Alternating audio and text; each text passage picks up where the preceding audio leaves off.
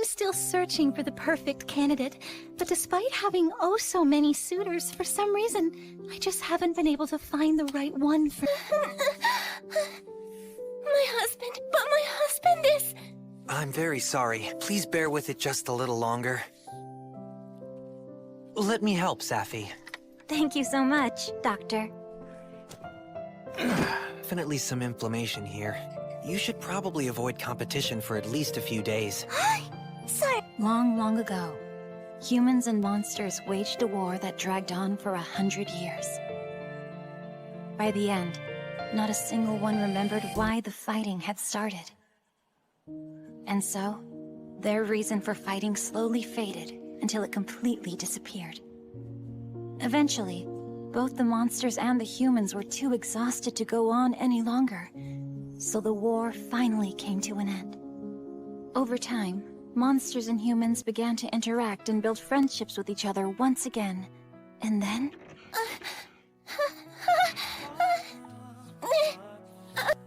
It's diagnostic. Hang in there. Okay. Well, there are no lumps. Let's check your ears. My ears? Oh, okay. Heave-ho!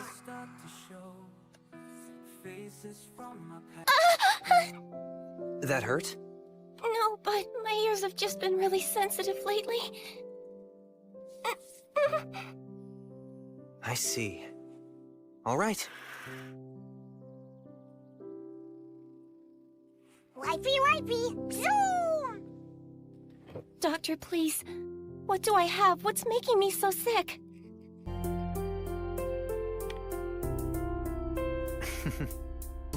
You're pregnant. Sirsa! Oh, good! I'm so happy! Oh, my darling! Breast pain and red ears are signs of pregnancy that are unique to Minotaurs. Congratulations. Thanks so much. The discomfort will eventually subside, but if it's too much, you can take herbs for the pain. Well then, Saphantite, could you get her some? Yes, of course, Dr. Glenn. Saw the other side, but I ain't ready to forget.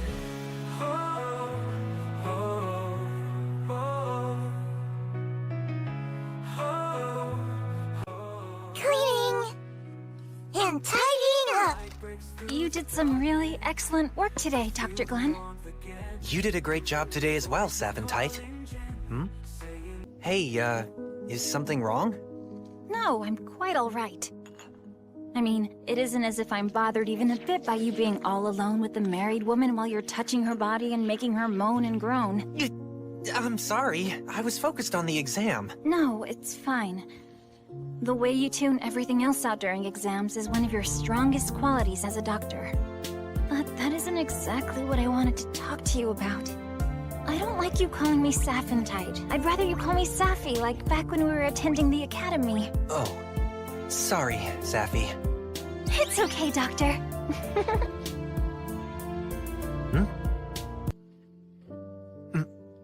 Yes?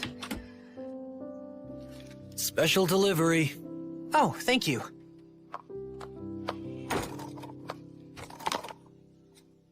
The Central Hospital. It's from Dr. Cthulhu.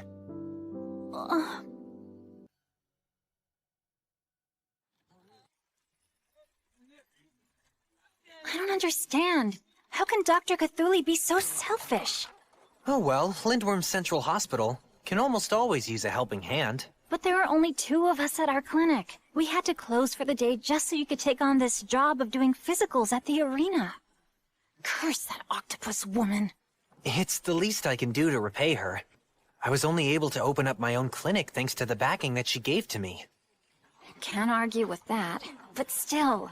Besides, I'll be able to examine a lot of different patients this way. Dr. Cthulhu probably organized this so that she could help me gain even more experience. You're really far too kind. You know that, Dr. Glenn? Oh well, I guess we'll just have to leave it at that for now. The arena fighters who will be seeing are mid-level competitors from the 3rd and 4th ranks, so we might come upon a unique case we haven't seen before. There, that's all your luggage. Great, thank you. Doctor, when you're conducting the physicals, I beg you, please, do what you can for our princess. Their princess? Welcome to the Great Lindworm Arena. I'm honored. I'm one of the 3rd rank fighters who compete in the matches that are held here. My name is Thessalia Scythia. I'm here to conduct the physicals, in the place of Dr. Cthulhu. I'm Glenn Litbite. I'm his assistant, Saphantite Nakes. Honored. I thought they were joking about him being a human doctor. He's even younger than I expected him to be. Come on, Doctor Boy, let's get this over with. Don't be rude. Watch your manners. He'll be examining us all in order, so just calm yourselves down. Yes, ma'am. Wow, commanding. Do you always take charge over the other fighters like this, Miss Thessalia? Yes, indeed. After all, I'm sure you can see my credentials. Oh, dearie me. Though I guess I can't blame you for losing your composure over my beautiful body, which rivals that of a goddess. Oh no, that wasn't what I meant at all. But what I wanted you to admire is this.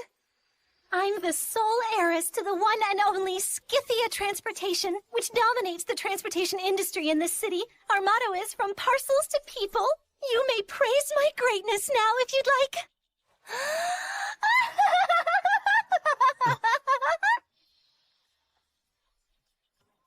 Oh, I see. She's the princess. Huh. Oh, Owie! Yes, there's That's not gonna happen, Doc. There's an important match this week that could earn me a nice big promotion. I'm sure that you could help me out, Doctor. all right then. We'll immobilize your arm, but try not to push yourself too hard, okay? That's great! Thanks so much, Doc! Right this way, please. Let's see, next up... It is I... Huh?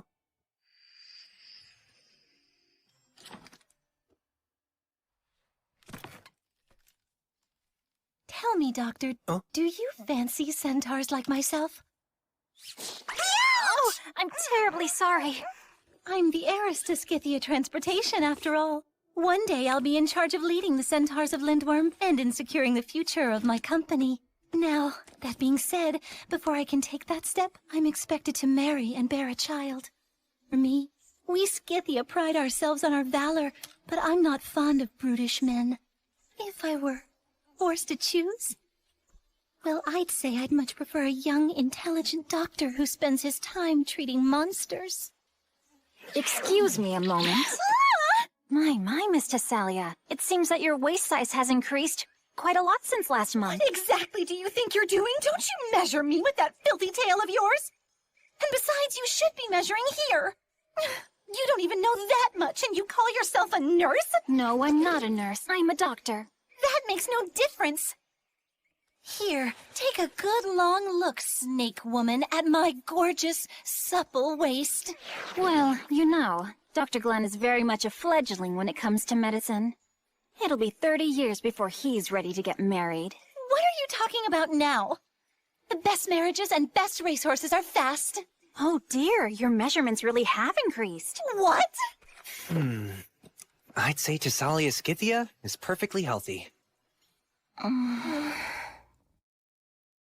We finally finished the physicals, Dr. Glenn. Yes, I'm glad we got done before the sunset. It's all thanks to Miss Thessalia's stellar leadership. I was hoping to say goodbye to her before heading home, but... Well, she's not here, so no need to bother. Why don't you just leave a message for her with someone? Yeah, I guess I could do that. Excuse me, Doctor? Do you have a moment? Oh, you're Miss Thessalia's... Yes, her attendant. She's Kay, and I'm Lorna. So, can you tell us how Our Lady's exam went? Did you diagnose her with any kind of illness? Kind of... illness? Not one. Miss Thessalia Scythia seems perfectly healthy. Probably in large part due to the fact that she exercises regularly and drinks only in moderation. Nothing we saw seemed to indicate that she was sick at all. Oh, I see. Is something worrying you? Look, Kay, Lorna. I'm sure Miss Tessalia is extremely important to both of you. Yes, of course. Then please, feel free to tell me anything. Once I've listened to what you have to say, I might be able to assure you as a doctor that everything is all right. And that might just put you at ease. Okay, we'll tell you. Well, you see, Our Lady hasn't...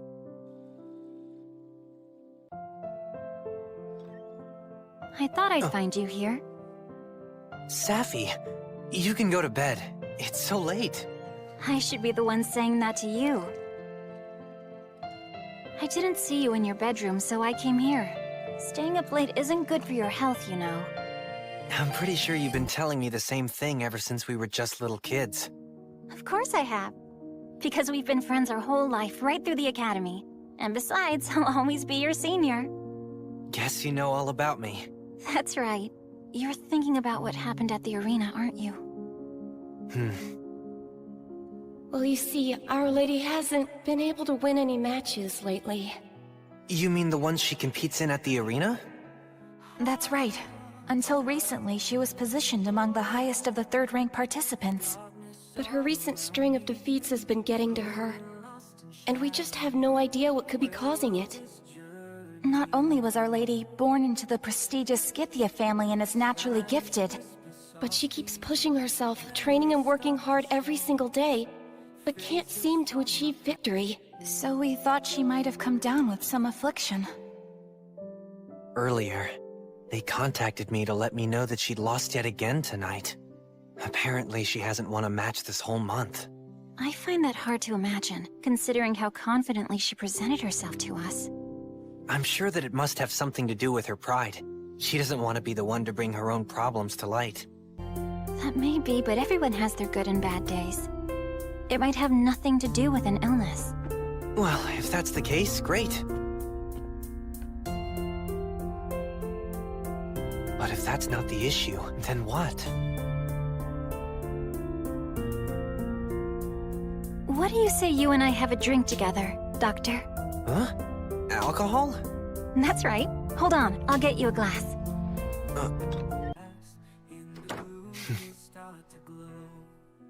I didn't notice any symptoms that would suggest Miss Tessalia is ill. The same seems to be true of Dr. Cthuli's previous exams. Could it be that her condition is something a medical doctor wouldn't be likely to notice?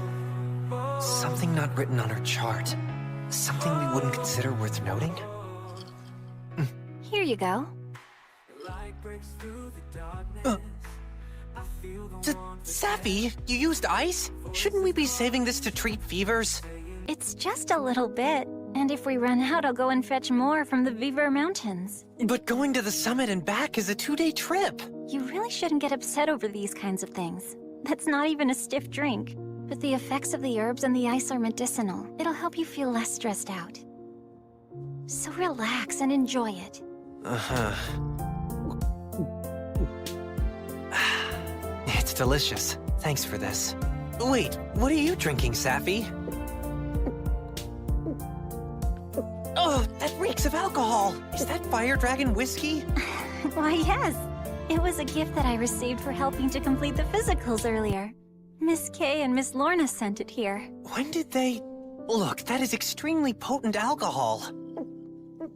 More importantly, did you figure out the reason Miss Tessalia isn't performing well?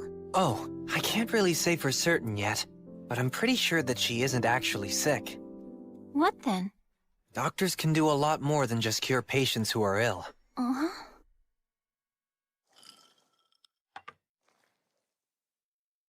You know, I'd like to go back to the arena tomorrow.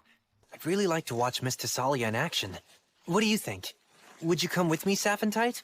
I'd appreciate it. So you really want me to come along with you while you go see another girl? Just what are you thinking asking me that? That's not what I mean. Well, forget it. And I won't let you go either. I don't want that woman trying to court you again. But Saphentite, that isn't really the point. That horse princess's amorous approach went straight to your head, didn't it? Well, it's not fair, Doctor. Not one little bit. You know, Dr. Cthulhu said that she'd never be able to bring herself to forgive me if I ever laid a finger on you. Sappy, this is really tight. I simply won't tolerate any more rivals. Do you hear me? Come on, do you? I'm only going there to treat her medical condition. No, I don't That's trust all. you. Look, Sappy. Yes, Doctor? I could really use your help, and I'd like to leave following our afternoon appointments tomorrow. Will you help me out? Yes, of course I will. I'd follow you to the ends of the earth.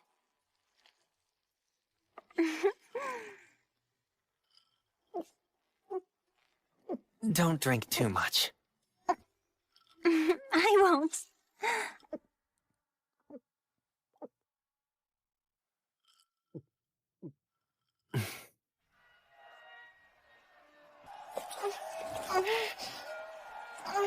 The match is over! The winner is Alice Malaya!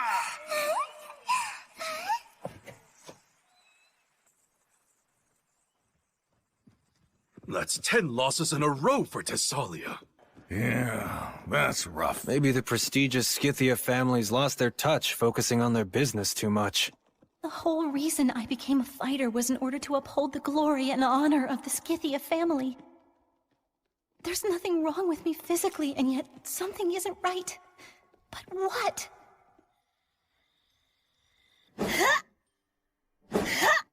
What I need to do is simply train harder. I need to remember how I felt when things went well.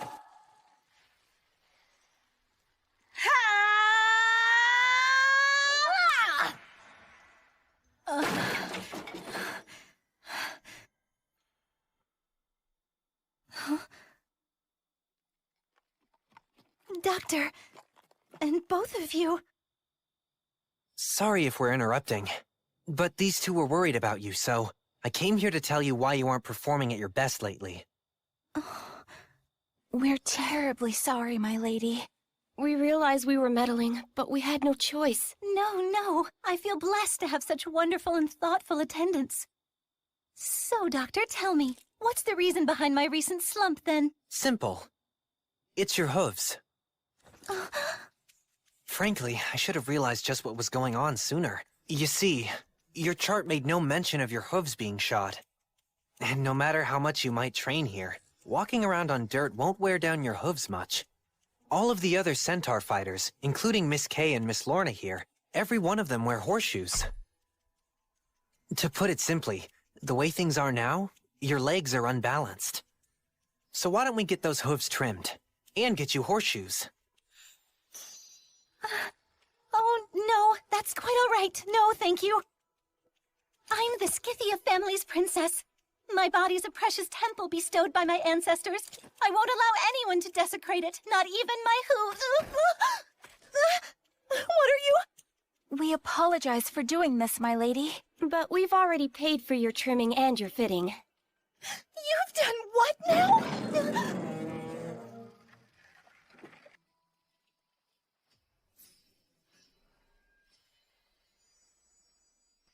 Now, let's get started, Miss Thessalia.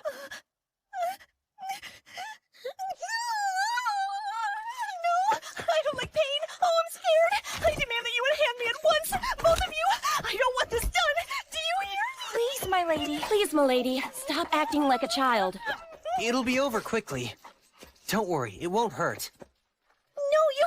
How dare you sneak between a lady's legs like this? Why, you lecher. Oh, I'll never be able to get married now. Now. This is necessary. Miss Thessalia's special move is to dash in quickly and then strike. Since her front legs carry more weight, her hind hooves have grown too long. Wait! Dear kind doctor, that area is really quite sensitive, so please be just as gentle as you can. It'll be fine. Not to worry.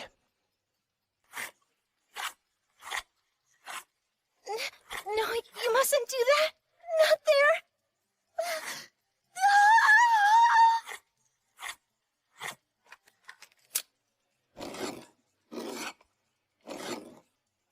Okay, boss. Horseshoe.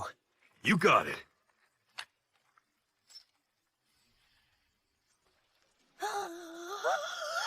There's no way that thing isn't hot! My lady, please stop! You're going to be fine, I promise! Please, just calm down, okay? My lady, please calm yourself. You're going to accidentally kick the kind doctor.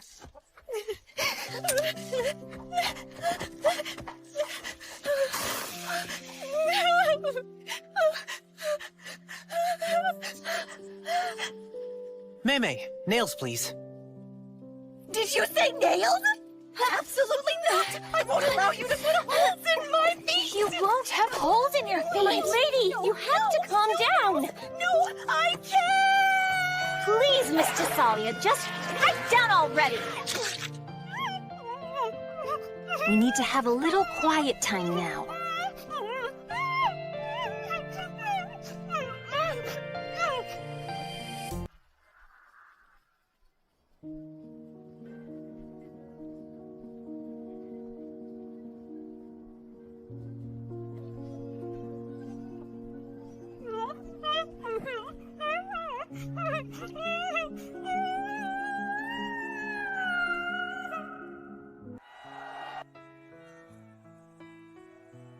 She truly is the Princess of Scythia, and was kind enough to get us such excellent seats for this match. Yeah. She's on a 3-win streak after 10 losses. Looks like the horseshoes are really working out for her.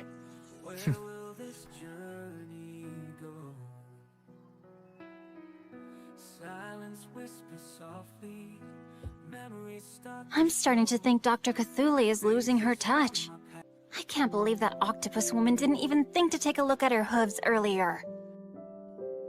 My name is Saphantite Nikes. I'll be in your care starting today. Thank you so much for taking me in. And that was how Glenn Lipbite and I first met. As the war between the monsters and humans continued to rage on, I was brought to the Lipbite household, although as a hostage. Glenn's father and my family ran an Eastern trading company that was secretly trying to open up a trade route. I was sent to Glenn's home as a hostage to ensure that my family wouldn't betray the company. The contract went as planned, and a year later, the long war finally came to an end. There was no longer a reason to hold me hostage, which meant there was no longer a reason for me to stay there. Saw the other side, but I ain't ready to forget.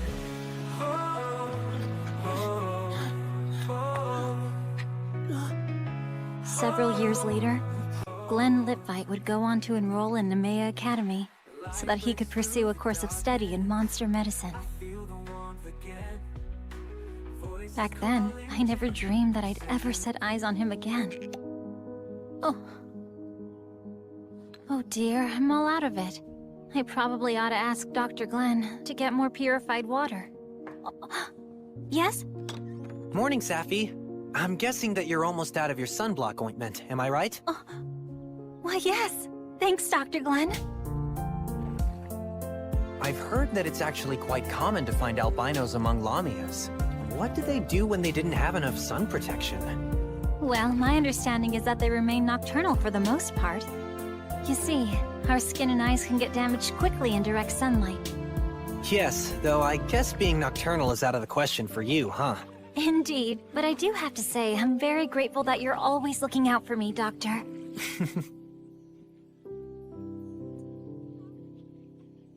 When was the last time we went out together like this? I'm so happy we're both here. When was the last time we went out to buy supplies? I mean, we have been pretty busy with work lately. Beg your pardon, Doc, but this is where I get off. Oh, sure thing. Thank you very much. Of course. I hope you enjoy the rest of your trip. By the way, Safi, just to be clear, we came to buy purified water, and that's all. We're not going to buy anything more than that. Yes, I'm completely aware of that, Doctor.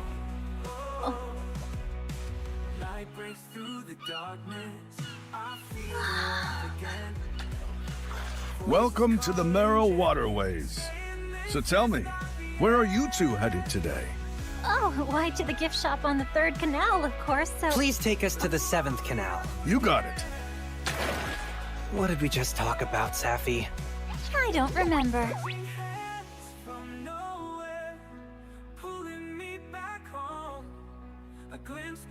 Man, this place never ceases to amaze me. The Marrow waterways are incredible. Yes, and I've heard it costs quite a substantial amount to create all the waterways you see here in Lindworm. It must be a paradise for monsters who live in the water. Monsters and humans, working together to create a place for every race to live comfortably side by side. She managed to take it from an idea to an actual reality in only 10 years. Lady Scotty is the city council representative, also known as Lady Dragoness. Can you please make a stop at the next shop? Oh. It's been a while, huh? Okay, purified water, rubbing alcohol, and vinegar. Well, this ought to hold us over for a while. Can you take us to the gift shop next, pretty please?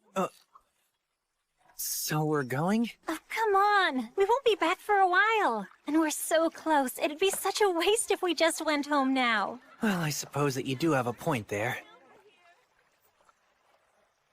Wow, look at that Marrow glassware, Dr. Glenn. Hey, why don't we buy some new drinking glasses? Oh, look at those candelabras. Beautiful. Please, Safi, just calm down. But how can I possibly stay calm? Shopping here is a once-in-a-lifetime chance. Just like water never flows backwards, you really only get one opportunity to buy things here. I just gotta take full advantage.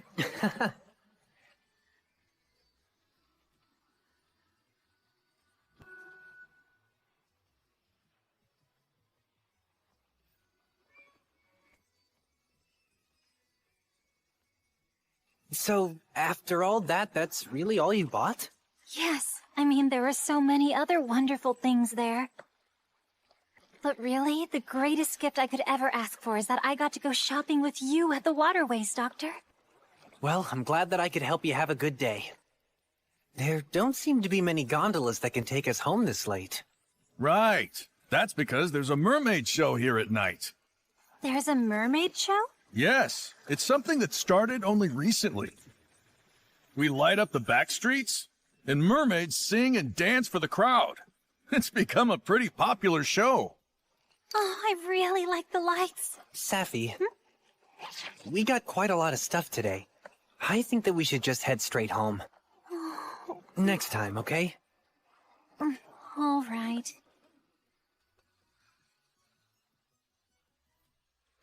Hey, you guys on that gondola! Hold up a second! Oh, were you talking to us? Yeah, you two! The seriously beautiful couple over there. You should both come by my shop! Oh, she just called us a couple! She's making me blush! Hey, pretty Lamia lady! You're perfect for that handsome guy. I bet you're a great wife and an even better mother. Dr. Glenn, we have to stop by here. She's clearly a very nice girl. You do know that you're not a wife or a mother, don't you? I agreed that we'd skip the mermaid show. Stopping here for a little while won't hurt. All right, we'll stop. Welcome to my shop, then. My name's Lula Lahaine. Good to meet ya. So what exactly are you selling anyway? Why, my singing, of course. One song is 3 coppers. What do you say? Great deal, right? Oh, I see. A mermaid song, huh? Well, Dr. Glenn, what do you think? Safi! You have some nerve staring like that at a mermaid girl as young as her. What could you possibly be thinking, Dr. Glenn? You've got it all wrong. That wasn't what I was... Listen, I'll admit that she does have a very nice tan. Guess you prefer that to a woman who's ghostly pale, because she can't be in the sun for too long. I never said anything like that. Hey, so, are you guys even listening to me? Oh, that's right. Hey, you want to know something? This stone bridge here is also known as the Lover's Bridge. During the war, a human and a mermaid jumped from the bridge so they could be together. They committed suicide. Lovers sometimes come here so that their relationship can be blessed. Blessed because they committed suicide? Really? Oh, that's so romantic. Huh? So that means if you listen to my love song here, your relationship is sure to be all lovey-dovey. And then you guys will get to be a couple forever. So how about it, huh? Want to hear me sing? Lovey-dovey, really? Safi, Doctor? I can take care of this. Lulala, I'll buy 2 of your songs. This should cover it. Sound good? Oh, wow, thanks a bunch! Hey, wait! There's only enough for one! Listen, don't try to insult me, alright? My voice is worth way more than that much. I mean, the other day, Lady Draconis herself came down here to see me. She heard me and asked if I'd sing at the Central Council Hall. And yet here you are trying to rip me off. Sorry, that came out wrong. What I meant to say is that I'd pay for the second one another way. I'd be happy to examine you. Examine me? Just who are you 2 guys anyway? We're here from the Litbite Clinic. My name's Saphentite. From a clinic? This is Glenn Litbite. He's a doctor who specializes in treating monsters. You're a doctor? You all right? I'm sorry. This shouldn't be happening. To make up for it, I'll sing again from the beginning. Oh, no, that's enough. As I promised, I'll go ahead and examine you. Excuse me, sir. Could you take us someplace where there aren't a lot of people around? Leave it to me. You're gonna examine me?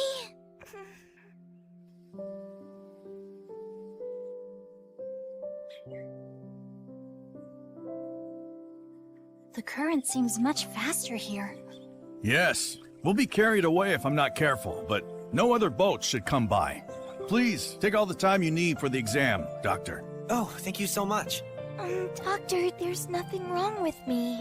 I don't have the money to pay you, and besides, I stopped in the middle of my song. You already paid more than enough for the exam. That song you sang?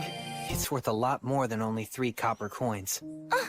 Well, I guess that if it's for free... First, open wide.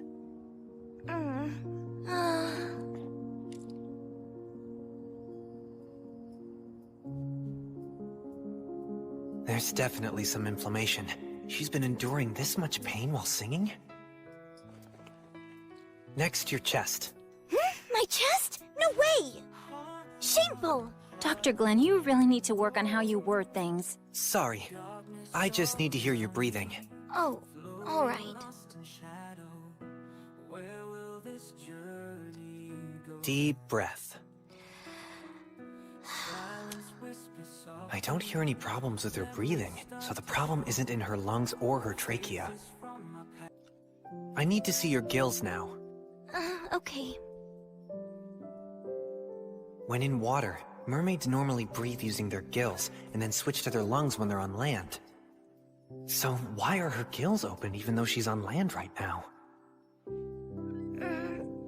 Is it alright if I touch them? Oh, sure. So does it hurt at all? No, it doesn't really hurt, but it does feel sort of warm. Sorry. This will be over soon. You see, humans have a higher body temperature than mermaids do.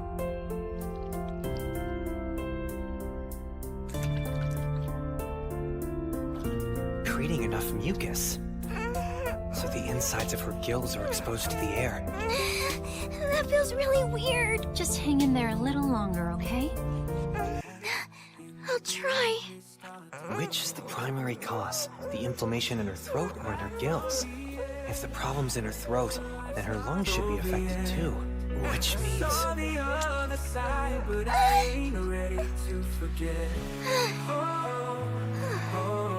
primary cause must be...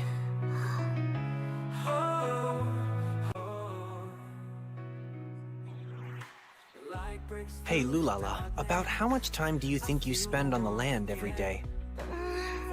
Well, as long as the sun is up, I wait by the bridge to try to bring in customers. So, you only spend a quarter of the day in the water? I guess so. Not good. Mermaids are adapted to spend time both on land and in the water, but they're still primarily water-based creatures. You being on land that long is like a human sitting all day in a desert without drinking a single drop of water. That may be true, but... It's too dangerous for you to keep this up.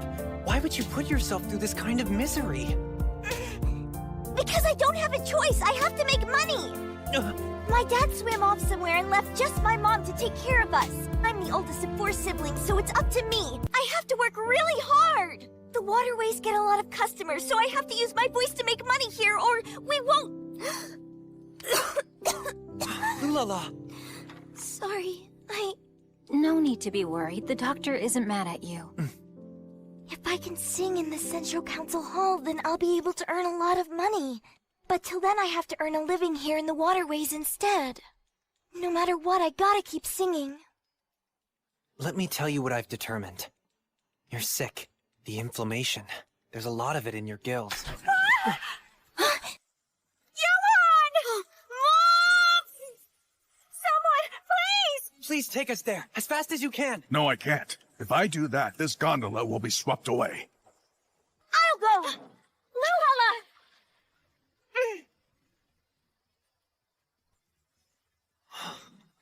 Quickly, get us to the shore.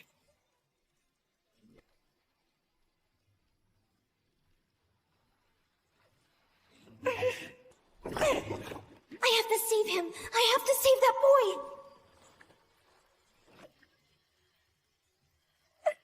Johan! Johan! Don't you worry, ma'am. I'm sure that he'll be...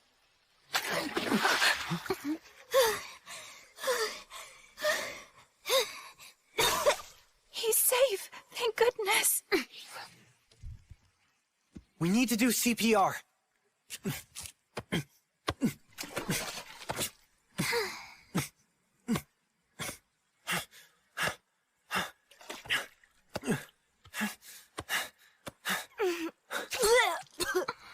Oh, Johan. He's gonna be all right, ma'am. He woke up immediately, so you shouldn't have to worry about any after effects. But just to be safe, have him see a doctor specializing in humans. Oh, thank you. Thank you so much. Doctor, I don't see Lulala anywhere.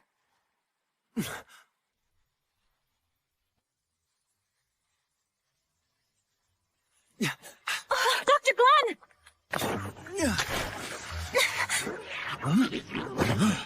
Please, go after the doctor!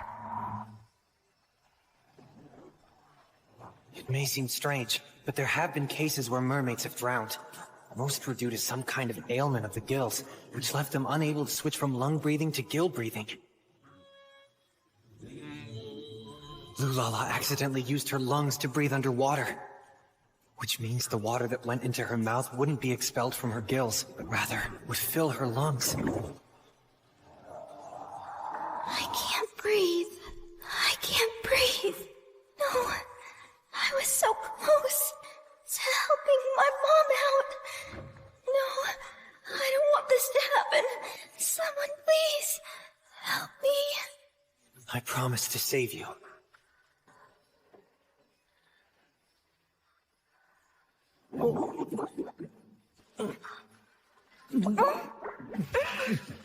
I have to clear out the channel inside Lulala so that water can get through. If I can do that, then she should be able to switch over to breathing through her gills. There!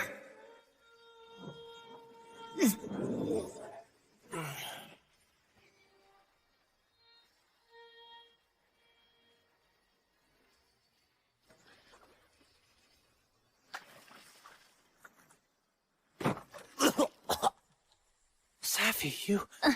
I gotta tell you, it certainly wasn't easy lifting the both of you out of the water. You're a lifesaver.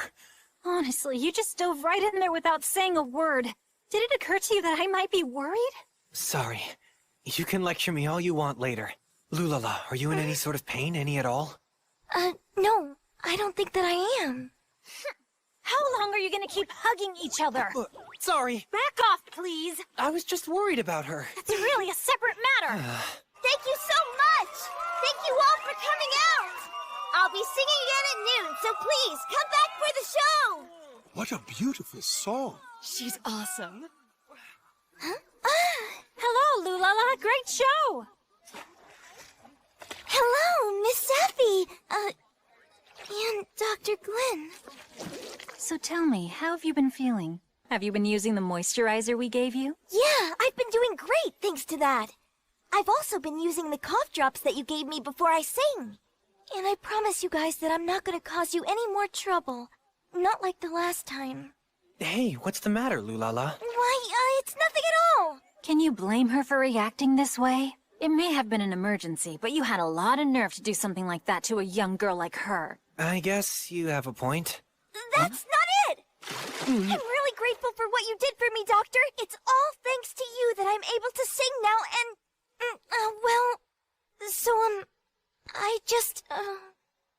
I'm just relieved that you're doing all right now, Lulala.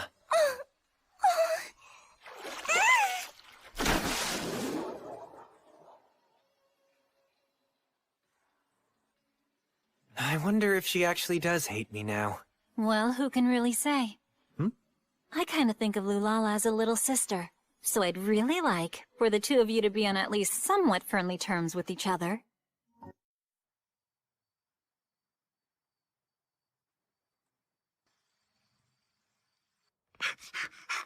Hold it!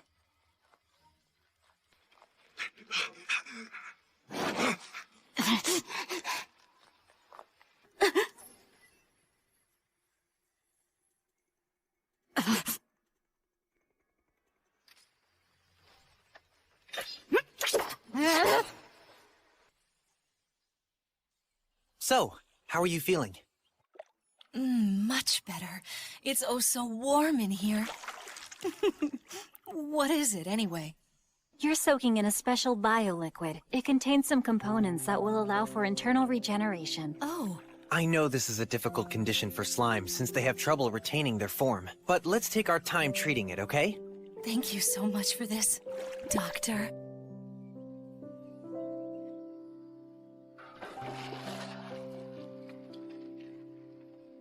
I hope you have a wonderful day. You take care! Looks like it worked great. The bioliquid seems to have been a perfect match to the patient. Being inspired by hot spring therapy? I'm quite impressed, Dr. Glenn. Well, I couldn't have done it without your help.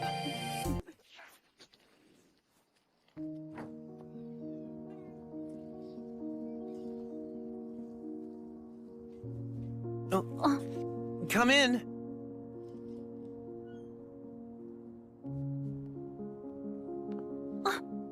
Hold on, you're... Lindworm City Council Representative Lady Scotty Dragonfeld? Here? It's founded after the war between humans and monsters had come to an end. There's no other city where humans and monsters interact with each other as much as here. And it's said that no city has become so prosperous in only 10 short years. The main figure behind this growth is a member of the rare dragon race and is also a city council representative, Scotty Dragonfeld. This city wouldn't have prospered so much if it weren't for her efforts. In both name and substance, she's the city's most powerful person. So, what brings you here today, Lady Scotty? Is there some way we can help you?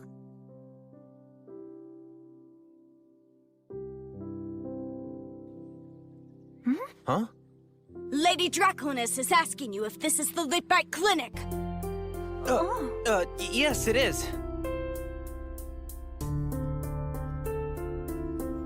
My name's Kunai Zeno. I'm Lady Draconis' attendant and bodyguard. I see.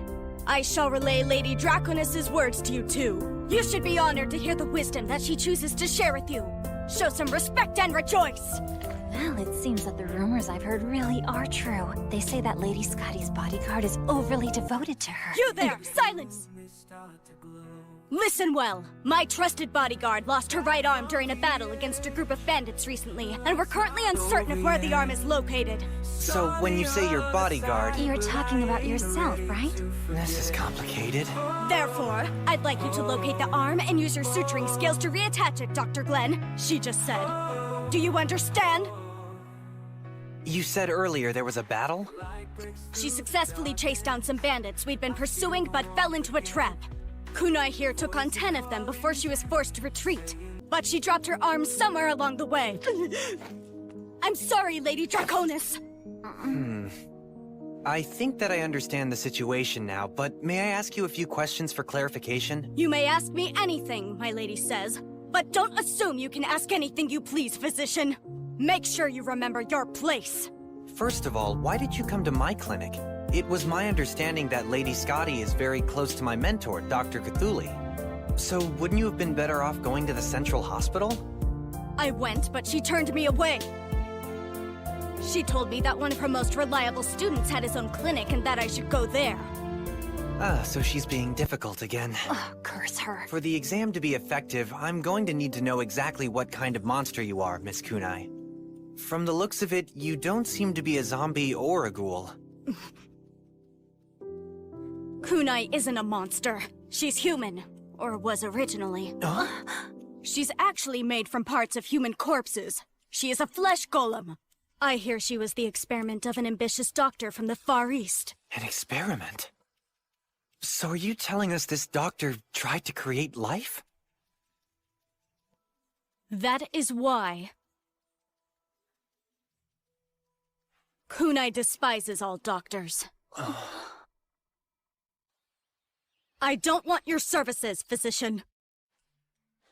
She's awfully aggressive, isn't she? But all the same, she practically looked like a little lost puppy the moment that Lady Scotty left here. I can hear you, Miss Sappentite! If I might say this to you, the occult, such as dealing with a golem, is outside of Dr. Glenn's area of expertise.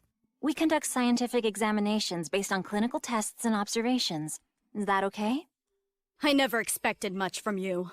All Lady Draconis wants from you is your ability to suture my arm back on. But, as I've said time and time again, I don't trust doctors, so I don't want your help. I understand how you might feel, but this is a request from Lady Scotty. I'd like you to help me find your right arm so we can reattach— And I'm saying I don't need your help. I'll just find it myself. Since I have my other arm, I'll reattach it. Lady Draconis ought to be far enough away from here by now. Sorry to waste your time.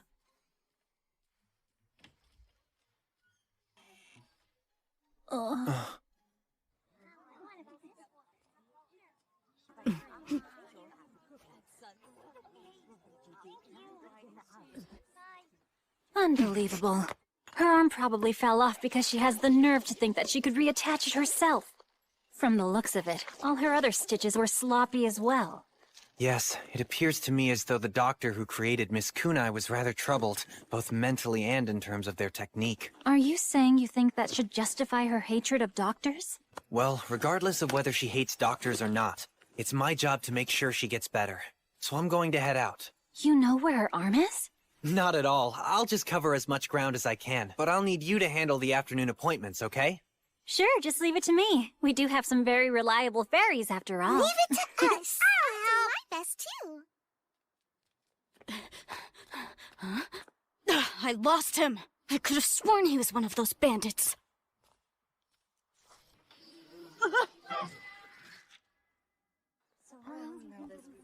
I said I'd look around, but I've no clue.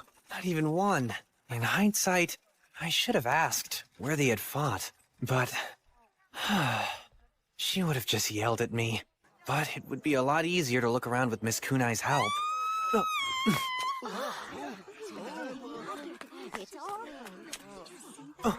Miss Desalia!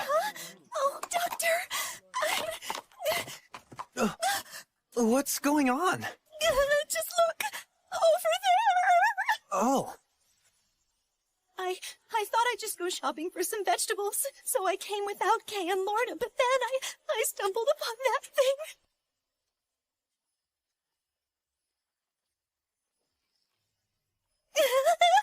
It's been cut along her thigh muscle.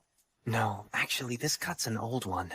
Her stitches must have ripped from a strong impact. How can you be so calm? There's clearly been a murder. Call the police! There's nothing to worry about. You see, this is Miss Kunai's leg. Kunai? Wait, hold on. Are you talking about Kunai Zeno? Wait, do you know her?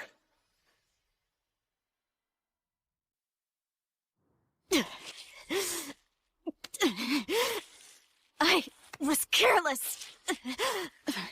I can't believe I lost my arm and now my leg too.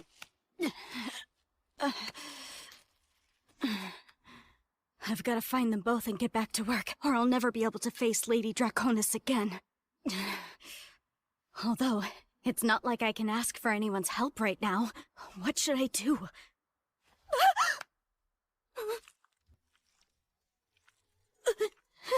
Who in the world could be doing that? Who is feeling up my leg? Oh, please, please stop stroking that spot so gently. Stop stroking that spot like that. It's too sensitive. Kunai Zeno's a former fighter who holds the record among the first rank for the most consecutive wins in the arena. People noticed her accomplishments, and she was appointed as Lady Scotty's bodyguard. It's hard to believe someone like her could be defeated. Well, perhaps she was simply caught off guard. She was already missing her right arm, and from the looks of this, her stitches were badly degraded. Doctor, should you be touching that? Observation's a necessary part of my job. It's detached, but it still moves. Maybe her body parts aren't actually dead. Maybe they have a will of their own. How are you so calm about this? It's just my job. When I was a student, well, I had to study many different types of bodies, both monsters and humans alike. I've always known there are peculiar folks in this city, but you just might be on a whole other level, Doctor. Oh, sorry about that. I guess I just become very focused when it comes to my work. It's fine. Makes me like you even more. It's just What is it? the way that you keep on fondling her leg like that. You almost appear to be a disturbed pervert, good doctor. Oh, well, let's just make sure not to mention that to Safi. Damn it! It must be that physician. How dare he keep on touching and caressing my leg like that? But to think I can feel it so clearly even though it's not attached to me. This has got to be some kind of curse that's been put on me. If it was just the sensation, it'd be one thing. But I even hear the voices of the corpses used to make me.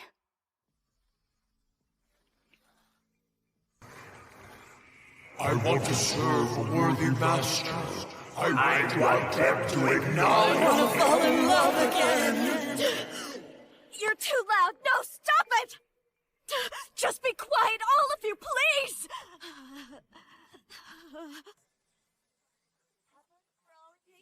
Now I just need to find her right arm. And Miss Kunai herself, of course. Well, she shouldn't be able to get very far in the state that she's in. Maybe she's close by.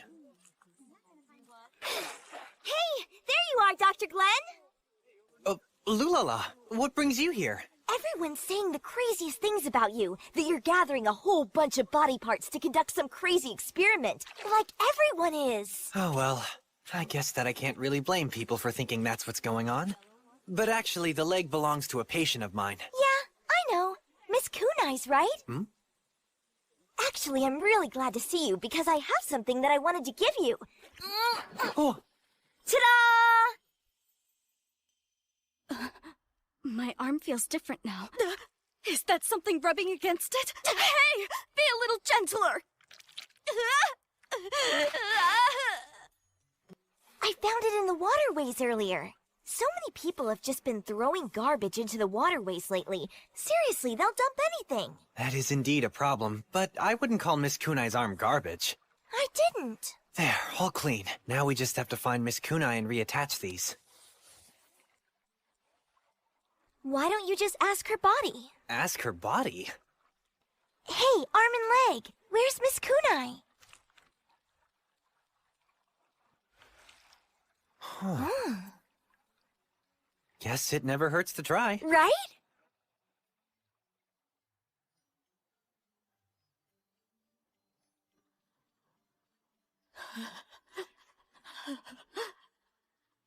I told you. I keep on telling you that you have to stop touching me. Curse you, physician. I've been looking for you, Miss Kunai. Oh, so it's you! Lucky you, I found your arm and leg. Well then, I'll reattach them right now. I don't need any help from you, got it? So don't you touch me! Oh, I'm afraid I've already touched you quite a bit.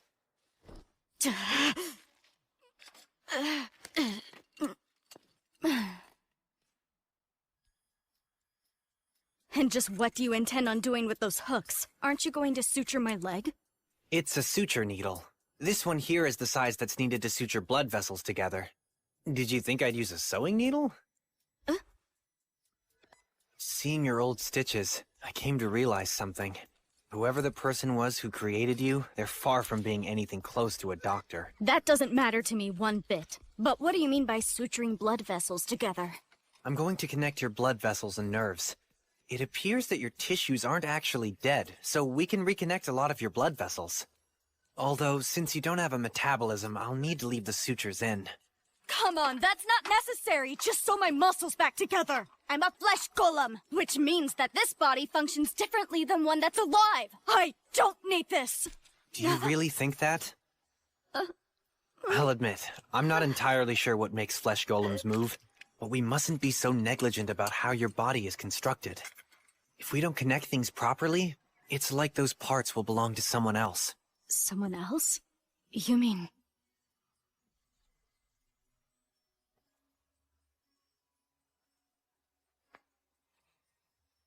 It's late to ask, but do you need anesthesia? No, I don't sense pain, so you may proceed.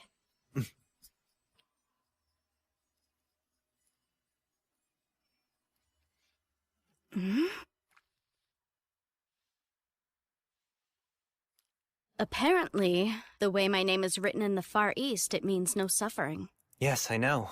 I'm actually from the Far East myself. You see, the name Glen comes from Guren, which means a crimson lotus flower. Interesting. My creator told me I was a perfect person that would experience no suffering. If I couldn't feel pain, I couldn't suffer. That's why, physician... No, Dr. Glenn, you don't need to be so delicate with me. Okay, your blood vessels are done. And next, let's reconnect your nerves. Why would you do all this? Because I'm a doctor, and it's my job to do everything that I can to help my patients get better. Plus, someone who doesn't know suffering wouldn't look like they're suffering as much as you do. There's an old saying my mentor, Dr. Cthulhu, always used. The fact that you're able to suffer means that you're alive. You're alive, Miss Kunai. A doctor's job is to ease the suffering, even a tiny bit, that we face because we're alive. I can't get rid of it all. I can only try to reduce it. I see. I never knew there were doctors like you. Well, I like to think that I'm not the only one out there like this.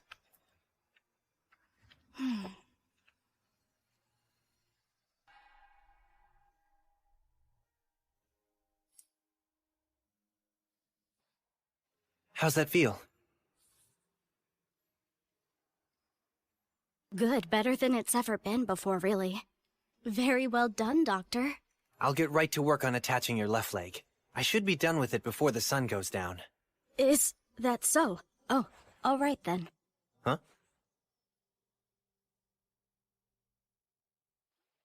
Oh, what a shame. So the good doctor isn't in today?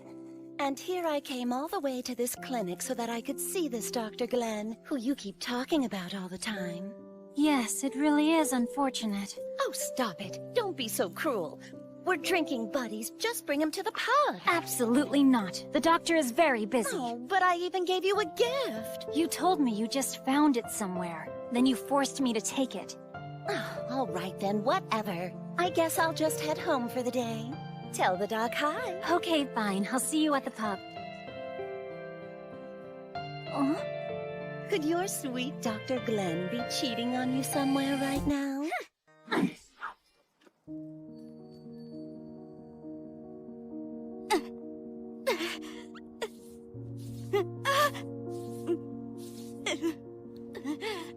Miss Kunai, I'm sorry to ask, but could you lift up your skirt a little bit more? Fine. I'll finish as quickly as I can. Right.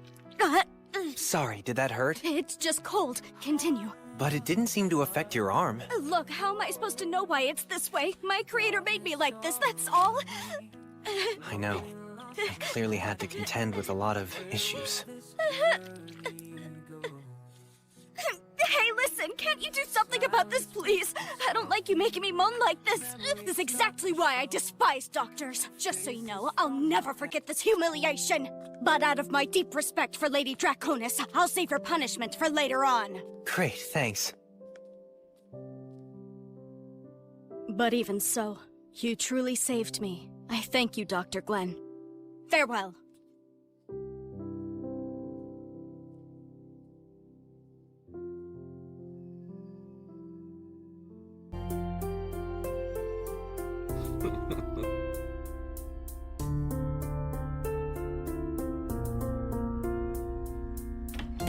I've returned. Welcome home! Where's our milk? Sorry, I'll get you some right now.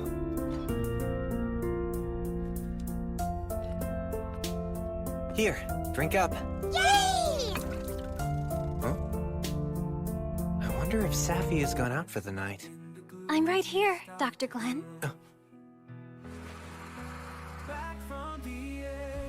Safi? Doctor, would you please take a look? The year that young Glenn Litbite spent with Saphantite Nakis made a profound impact on him. As a result of that time, he became very interested in monsters and how they lived, and eventually, he'd become the first human to live in a monster dorm. Hello? I'm supposed to be starting here today. My name is Glenn Litbite. Oh. It was quite an unexpected reunion. Then, a few years later, the two of them would leave the tutelage of Dr. Cthulhu Squell and open up the Litbite Clinic together. However, well, it certainly appears that I have become pregnant.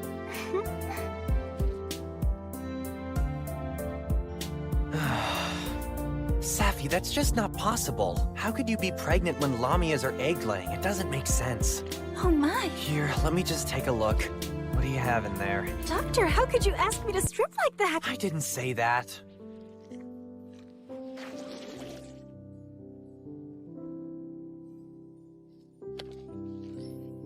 An egg? My friend found it on a street corner of all places and brought it here to me. I couldn't just leave it be, so I decided to warm it up a little bit. I don't think this egg's been fertilized. I'm fairly certain that this came from an ovulating harpy. What is it, Safi? There are people! Right outside! Lots of them!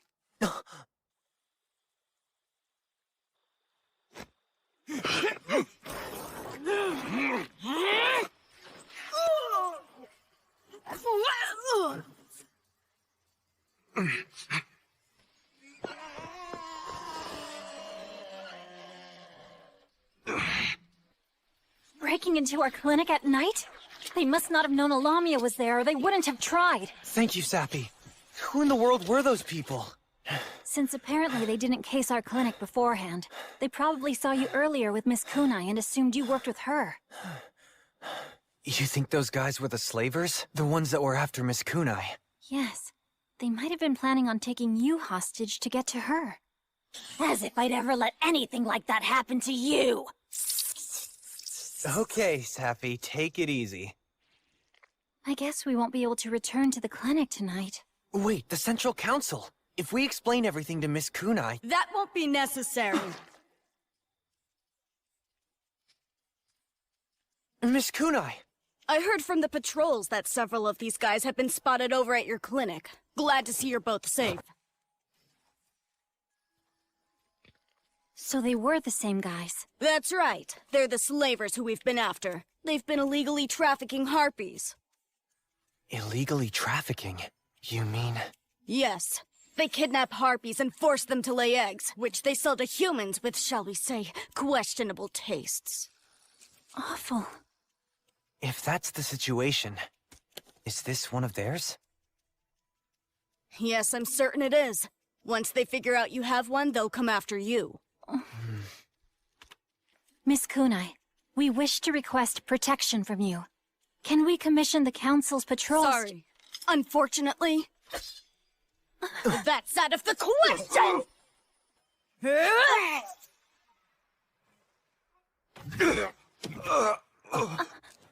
Now then, let's go to the waterways.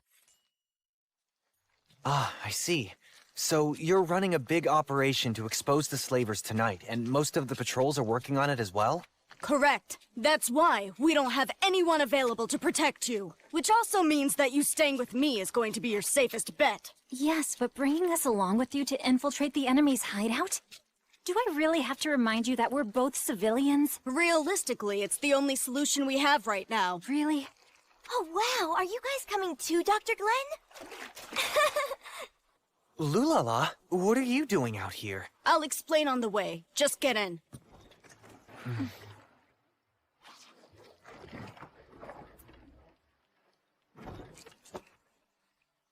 Lady Scotty. Well, all right, here we go.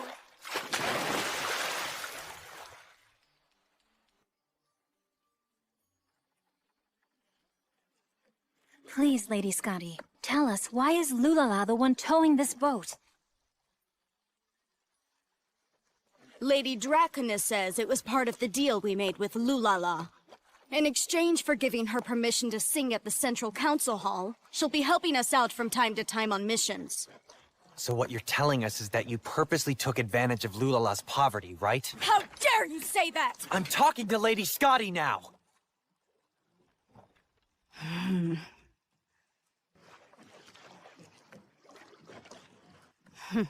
She says she can't really deny that. But still, the truth is, Lulala's perfectly suited for this job. Since she's often at the Central Council Hall, it's only natural she'd come into contact with us.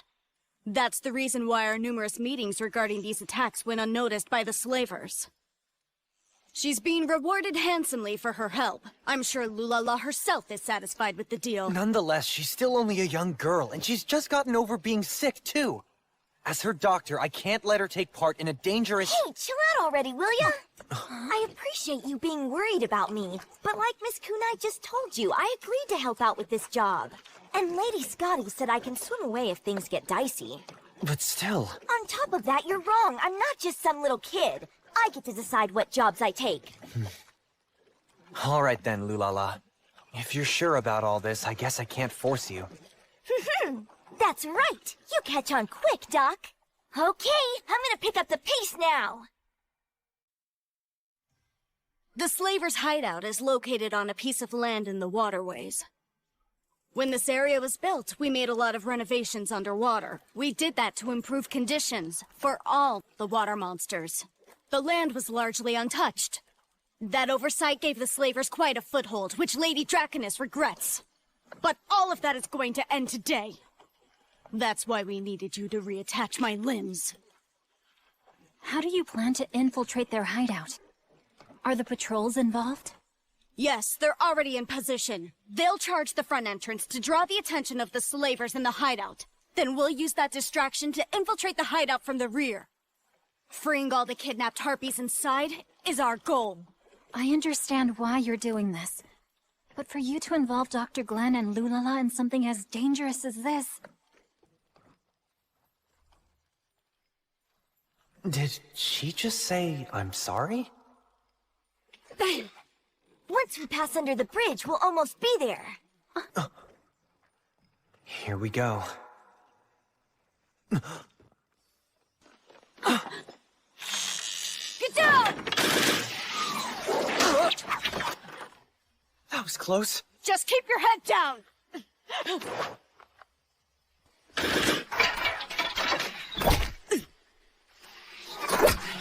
Miss Kunai! Don't worry! I don't feel any pain. I know, but if this keeps up... Huh? Well, Doctor, it seems you're in quite the predicament. Honestly, I went all the way to the clinic to set a date for our betrothal, but it had been ransacked by ruffians. I followed their trail and found bandits with bows and arrows. I'd bring shame upon the noble name of Scythia if I didn't wield my lance against them. Miss Desalia! That's enough talk! And your betrothal's on permanent hold!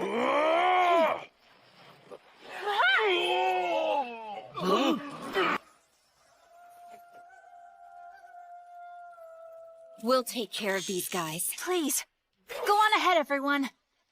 Thank you so much. And please, stay safe. That crest belongs to Scythia. Centaurs are basically monster mercenaries. Calling the Scythia warmongers would be an understatement. So as fellow mercenaries, I ask that you stay out of our way. You depend on war for your survival as much as we do.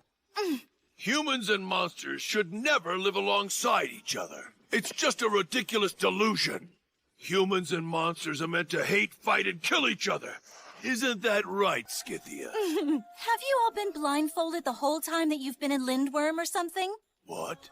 I mean, what could you have possibly seen to make you think that? Humans and monsters live in peace together. Here, they support each other, acknowledge each other, help each other. You're clearly the one who's deluded about the truth of what defines this city. Silence! We are proud mercenaries who have no time Then to— you'd better get rid of that filth you call pride! Huh? Why, you stupid horse?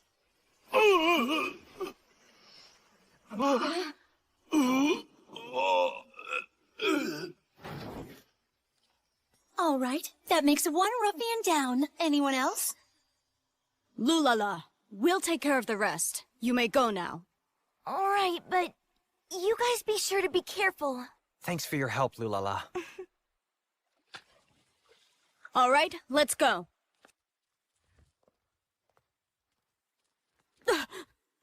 So you really showed up. Guess I should have listened to my gut feeling. But to be frank, you guys should have made a run for it earlier.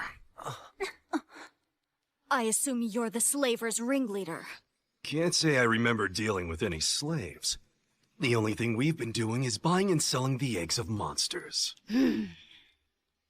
Unlawful occupation of the waterways, kidnapping and imprisoning harpies, unlawful trading of eggs. You've got a lot to answer for.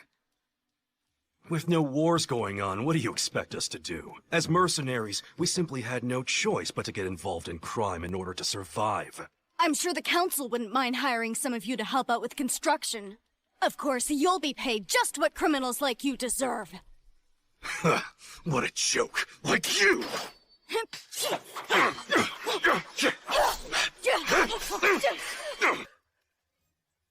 Lady Draconis! Now let's rescue the harpies!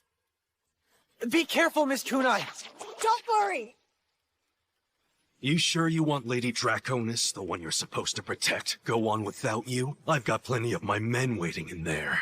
You are a fool. My strength can't begin to compare to Lady Draconis' strength. Besides, right about now... Move it now!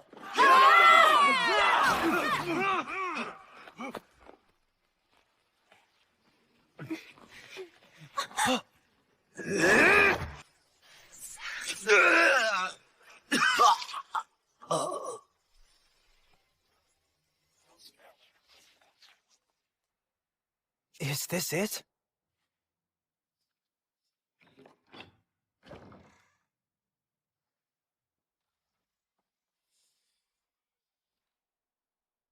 Doctor, there they are.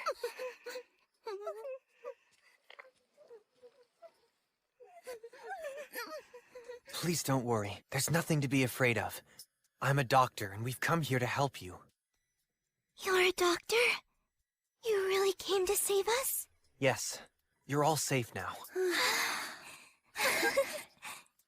This place is cleaner than I expected. And since they're in the waterways, they must have had a chance to bathe. But their wings aren't getting enough oil, and it's clear that they've been losing feathers. Their emotional distress must be tremendous. Poor things. Excuse me. Her stomach, it's really been hurting.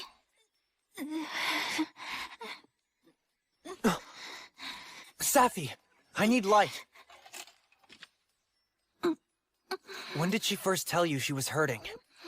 She hasn't been feeling well for a while, but her suffering took a bad turn only recently. Bite down on this. I'm going to feel your stomach now. Raise your hand if you feel any discomfort. What's the cause of this? The stress. It caused something called egg binding. You see, it's when an egg gets stuck in the oviduct instead of being passed. It's an extremely painful condition. If we don't take care of this immediately, then things are gonna get much worse. I'll be able to treat her here. Safi, I'll need you and Lady Scotty to keep an eye out. As you wish, Doctor.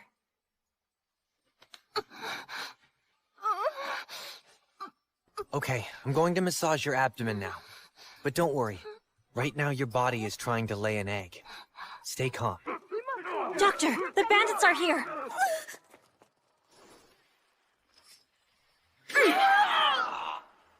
Dr. Glenn, there are two things that I'm secretly keeping from you.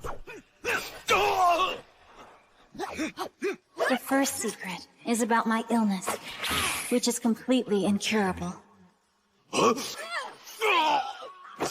And the other secret is about my lineage. For generations, the Nakis clan specialized not only in pharmaceutical medicine, but also in poisons and assassination techniques. If the negotiations we're holding with the humans end up falling through, then you must be the one who slays the Litbite family. I trust you're up to the task? Yes, I am, Mother. Thankfully, that never happened. But if the situation had been different, would I really have been able to slay the Litbite family? Would I really have been able to kill Dr. Glenn?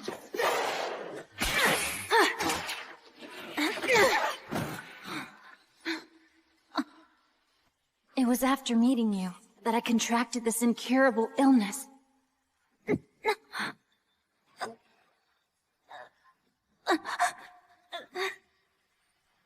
Oh no, it was poisoned.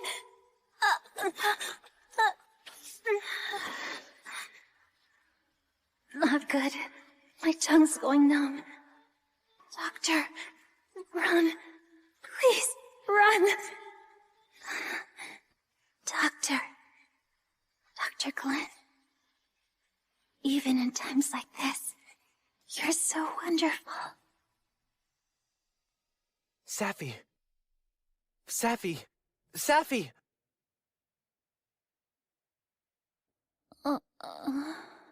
Thank goodness. You weren't responding to me, so I was beginning to worry.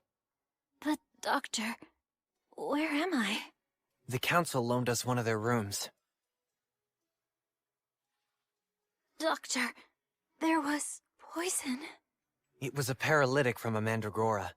It's fatal when it comes to humans, but has little effect on Lamias. At most, it'd put you to sleep. You mean you knew that? Well, if I didn't, I'd never have left you alone while treating that harpy.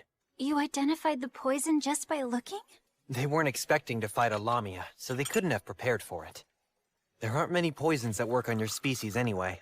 I know that I can lose sight of things when I'm treating a patient, but I'm not that oblivious. The authorities have arrested all of the slavers. Everyone's safe now. Oh, right, and the harpy I was treating was safely able to lay her egg.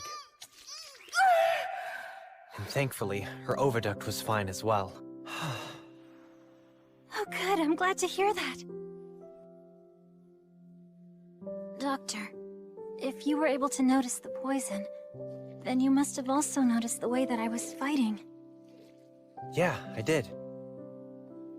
I've kept this a secret from you, but for generations, the Nakis clan worked as assassins. Mm-hmm. I know. What? When you came to our house as a hostage, even I knew what type of orders you'd probably already been given. My father researched everything about the Nakis clan before entering negotiations with them. That was supposed to be the biggest confession of my life. Also, there were even members of my family who had the same idea. Remember? There was that one time when you came down with a fever? Yes. It was my first time living among humans, so I got ill from something I caught. Sorry, but I'm afraid one of the servants actually poisoned your food without telling us. They apparently did it to tip the negotiations in our favor. Looking back on it now, that might have been my first real experience with the field of medicine.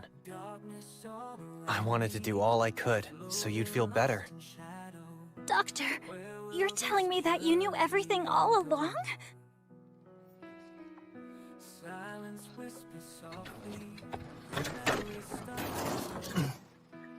Good doctor and Miss Safi. Please just bear with us for a little while. Scythia transportation is definitely going to get you to your destination, and you'll arrive safely and on time. It's great Miss Tessalia had plans to go to the Harpies village too. I guess from here on it's nothing but smooth sailing, or rather smooth riding. Yes, she's a lifesaver. But I mean, really, to think that Octo-Woman's demands would get this ridiculous. I don't even have the words for all this anymore. I mean, we've only recently been able to reopen the clinic again. Well, I was pretty surprised by it too. I didn't foresee her suddenly sending us to do checkups at the Harpies' village. But I'd like to see how she's doing. Her name is Illy, right? I heard that she was taken back to the village with the other Harpy girls, but she has no family there. According to Lady Cthulhi, she lost so many feathers that she can't fly anymore. If so, we can't just sit by and do nothing.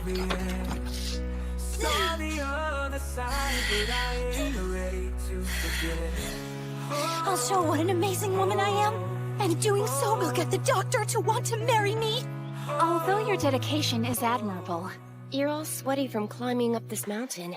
I'm not sure if any human man would find that very appealing.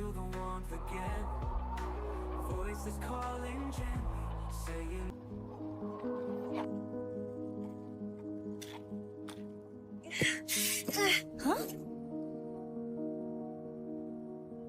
What's that noise?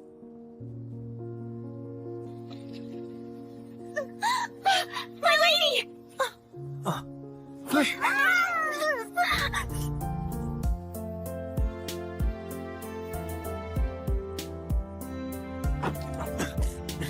Miss Thessalia, are you all right? Yes, I'm just fine. Kay and Lorna shielded me from the worst of it.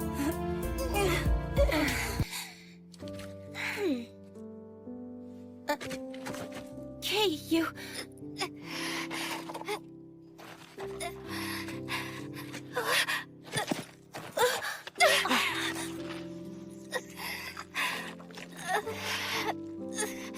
Oh no. There's no need for you to be worried, my lady. This is nothing. Doctor, will Kay be all right? Well, she may have sprained her leg, or worse, fractured it. Either way, we'd have to get to the village to do a proper examination. Kay, this is all my fault. Aha! There they are! We've come to escort you, Dr. Glenn, and all you members of Scythia Transportation. Thank goodness. One of our party's been injured. Do you think you can carry her to the village? Sure, that won't be a problem at all. Let's go! Right.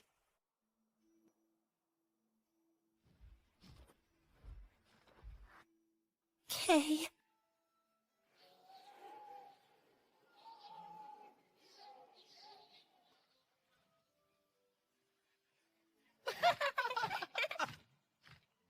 Amazing. So this is the Harpies' village. Oh, Doctor. Here, you can keep it on. Thank you for coming all the way out here. This is the village elder. Nice to meet you, sir. I heard that someone in your group has been injured. There have been some peculiar rumblings around here lately. I'm glad I sent my men to fetch you. So where is Miss Kay now? We delivered her to the village guest house. We'd been preparing it for your stay anyway. So if you'd like to head there, you can begin examining her immediately. Great. Thanks so much. We'll go check on Miss Kay. What are your plans, Miss Thessalia? There are some things that I need to discuss with the village elder. It's about business. Lorna, please accompany the good doctor. I'm quite worried about Kay. Yes, of course. As you wish, my lady.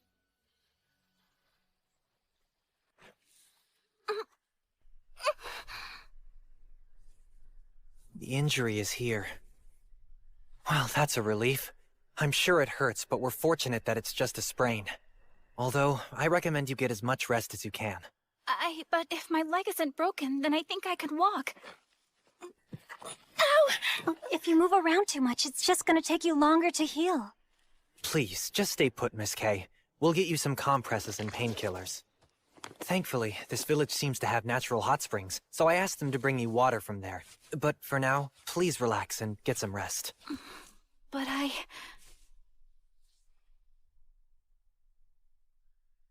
Please don't trouble the good Dr. Kay. During your hopefully short absence, I'll make sure that Our Lady's taken care of. Okay, I guess that I'll just treat this as taking a little time off. I'm counting on you, Lorna. Yes, of course. You can just leave it to me. How much longer are we gonna have to wait? There, that should do it. Thank you very much, Doctor. Crunch, crunch. You're really popular, Doctor. Well, it's just the first day. I'm sure things will calm down. Yes, let's hope so. Huh? Thank you for saving us when we were captured. I'm glad you all seem to be doing well. But, where's Illy? She says she doesn't want to see you, so she didn't come.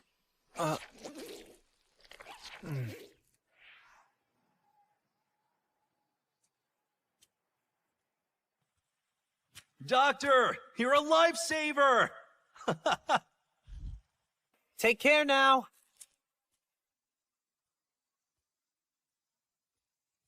Oh. Miss Lorna! Oh, hi. It's good to see you, Doctor. Why are you out here all by yourself? Oh, no, I'm not actually. My lady's with me. But, I don't see Miss Thessalia anywhere. It appears that we've gotten separated. What'll I do with her? So, how is Kay doing? She seems to be just fine. She's been sleeping and reading books at our temporary clinic. The hot spring water seems to be helping. Good.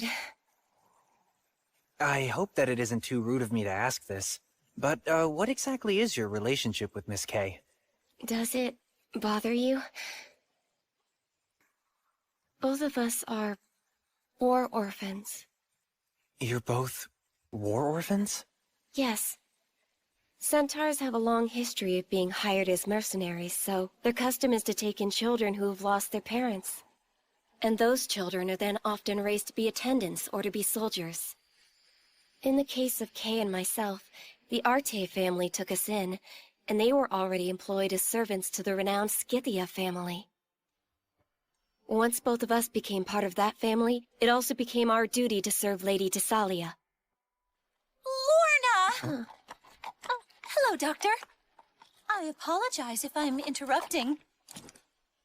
I've been looking for you everywhere, Lorna. Please tell me, what in the world are you doing here? I was just asking the doctor how Kay was doing. But wait, my lady, where did you end up getting lost? What are you even talking about? The only one who got lost here was you. You just wandered off the second I looked away. Huh? But that doesn't sound like me. There's clearly something very wrong with Lorna. That Lorna. Ever since we arrived here, she's been so clumsy and absent-minded.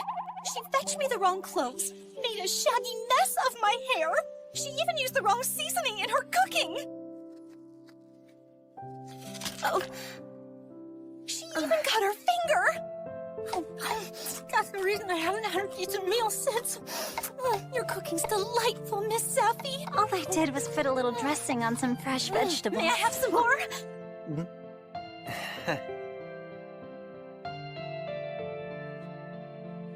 And that's not all she's done either. She kept saying uncomfortable and unthinkable things during our meeting with the Elder. We've hardly gotten any work done.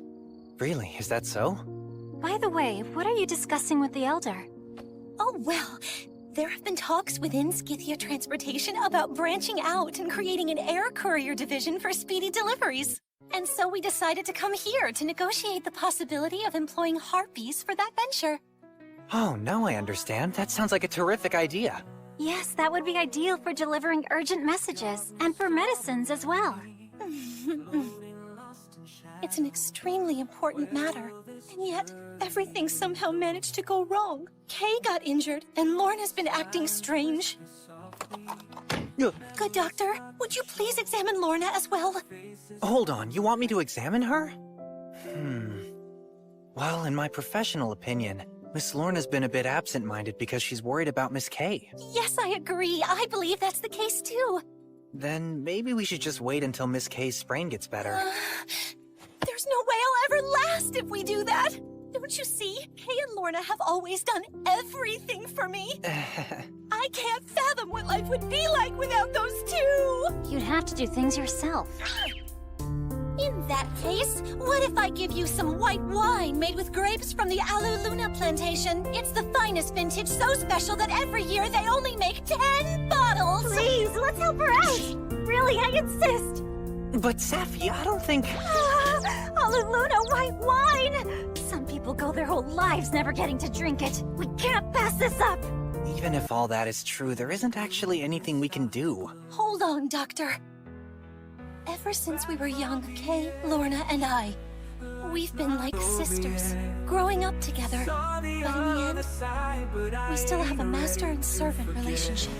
I just mean that even if there's something that they can't share with me, I'm certain that they could share it with each other. That's a part of their relationship I simply can't be a part of. Miss Tasalia. So I'm begging you now, please, Doctor, help Lorna. Please. Ah, jeez, I should have brought more of my medical books with me. Do you think you'll be able to figure it out, Doctor? Yeah, not really. Is this situation that difficult? I wouldn't say it's difficult, per se. The reason that Miss Lorna is so absent-minded is because Miss Kay is hurt. I mean, that's really all there is to it. The real problem is that even though we know the cause, there's not much we can do to get rid of it. All we can do is wait a little while longer for Miss Kay's sprain to heal. She seems just fine. I mean, despite being separated from Miss Lorna, that is. I guess the two of them are pretty different, huh? Centaurs are naturally brave, and they're also true-born warriors. However, they tend to be quite high-strung and at times, even cowardly. Maybe she's exhibiting inherent traits. Miss Lorna really must be quite sensitive. Oh, what's that? Doctor, there's already a tried-and-true method of dealing with people who are as sensitive as that. Just what do you mean by... You're not saying we should drug her, are you? This doesn't call for anything like that. If she's worried about what's going on around her, we need to trap her inside. What does that mean? Oh, it's all gone. Let's see. Aha, found it. The maturing of centaurs, their education, and how they deal with any ailments they may face. Doctor, what exactly are you thinking of doing? Miss Lorna's already a fully grown woman.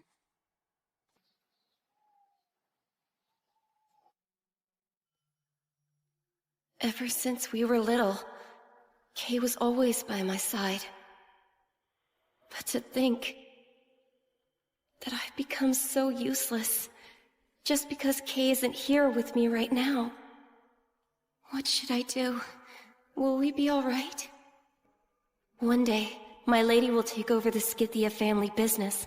She must marry soon and produce an heir. Yes, the doctor.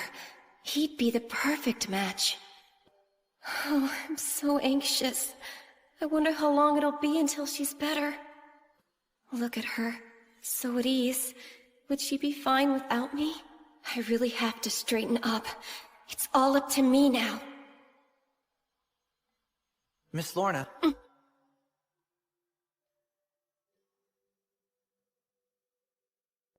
Well? Do you feel relaxed? Yes, thanks so much, Doctor. This is wonderful. Yes, this is lovely. Lorna, are you all right? Yes, I'm fine, my lady. Yes, yes. It's all quite simple. What's most important to me is to do what I can for my lady. That's what I promised Kay, that she could leave everything to me. Seems like the blindfold worked. Yes, although I wasn't quite sure if it'd be effective for Miss Lorna until we tried it out. Just in case, let's try this too. If all goes well, this could also prove useful.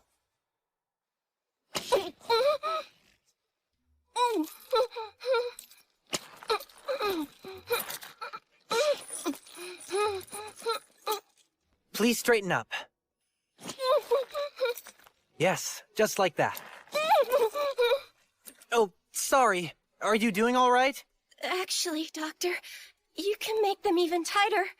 I think that might be better. Oh, yes, I see. Well, all right. Yes, Doctor. Like that. That's perfect. Doctor, just what are you doing? Huh? Oh, I'm simply realigning her bones a little bit to help improve her overall posture, that's all. Centaurs practice this technique from childhood to help them create their beautiful adult figures. Although I guess it's also used for discipline in some cases. Discipline, huh? Lorna, you all right? Yes, I feel much calmer. I don't feel my mind is bogged down by worry anymore. Oh, you mean that? Yes, I feel like a weight's been lifted off my chest. Now I can concentrate on you, my lady. It seems that it was quite effective. I'm just speculating, but it could also be due to Miss Lorna's personality and, interests. Wait, are you suggesting that she likes to be tied up? Well, I'm not sure what I'm suggesting. Doctor? I must apologize for asking you to do all this, but it seems Lorna feels better now. I thank you from the bottom of my heart. Say, Lorna? Yes, my lady? I remember it was you that consulted the doctor about the problem with my hooves. It made me very happy that you went through all that trouble. To be honest, I still find having horseshoes put on a bit frightening. But helping me with that made me see just how much you and Kay truly care about me. But of course, my lady. After all, when you're happy, that means we're happy as well. And you know, I feel the same way about the two of you. I love you, both of you, very, very much. I hope that you experience nothing but happiness. That's my wish for you. Oh, my lady.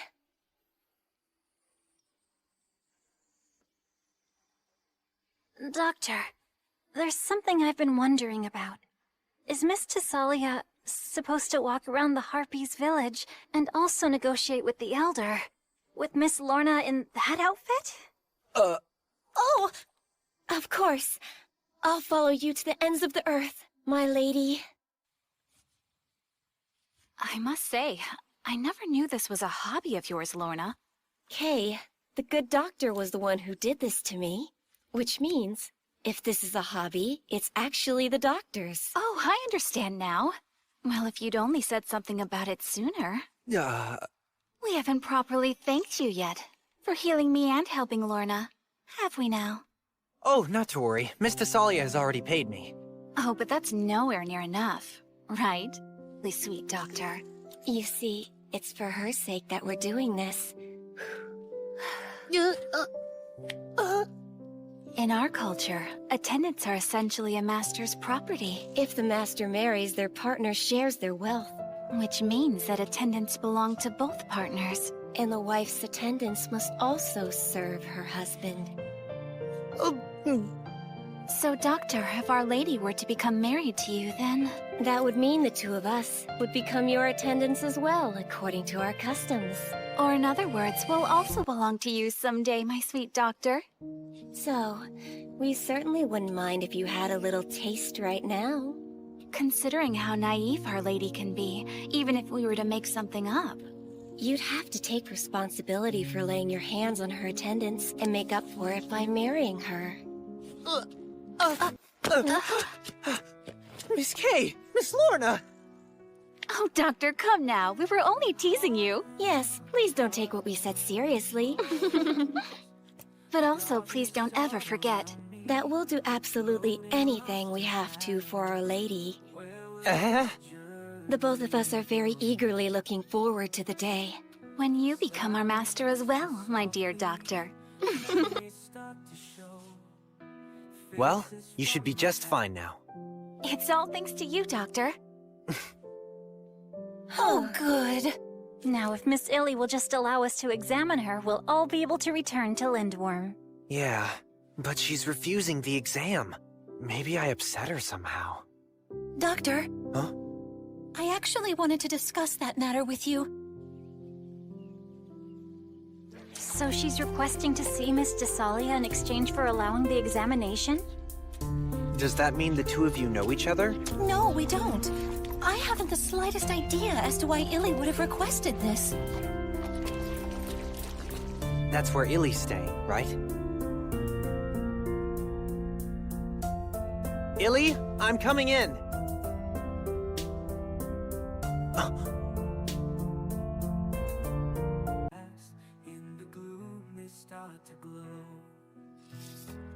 It's been a while. Do you remember me?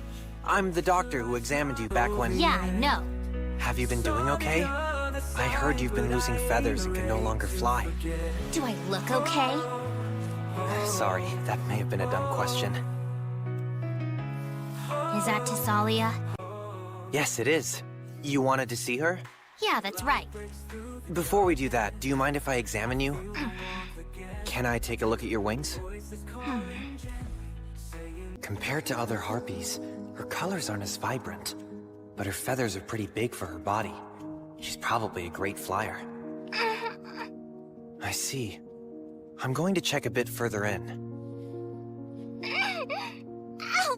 Does that hurt? Nothing I can't handle. May I pull on your feathers a little? Do whatever you need to. May I touch your head too?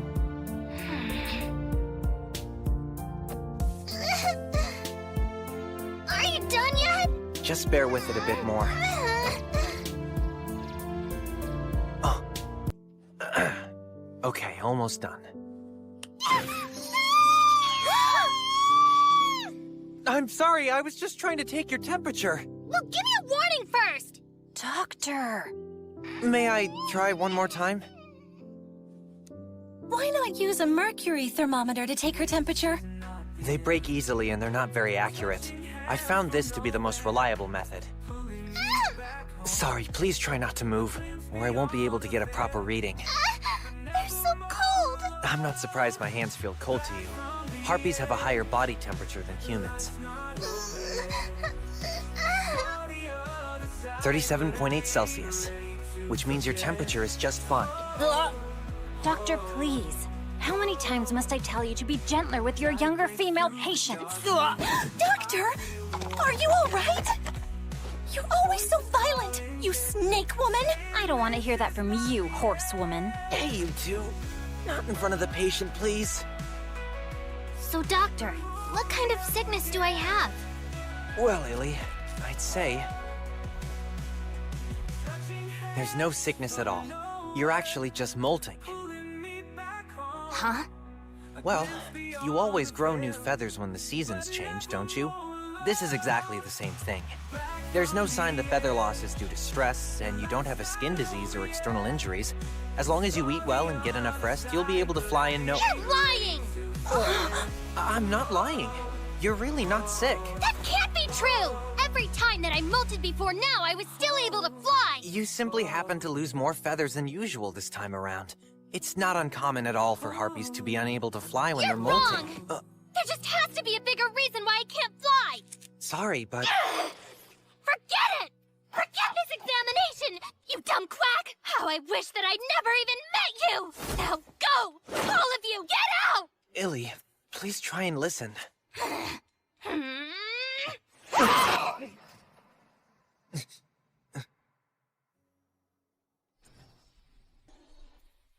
This little bird should watch where her feet go.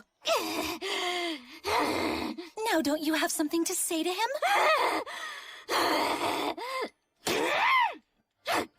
Illy, wait! That's not good. It isn't that unusual for you to lack sensitivity, but still, I'm shocked she's so mad. Well, harpies do tend to be overzealous when they're preoccupied with something. The way that she was acting, there's no telling where she might go. Yes, let's follow her. Doctor, if you'd be so kind, allow me to handle this.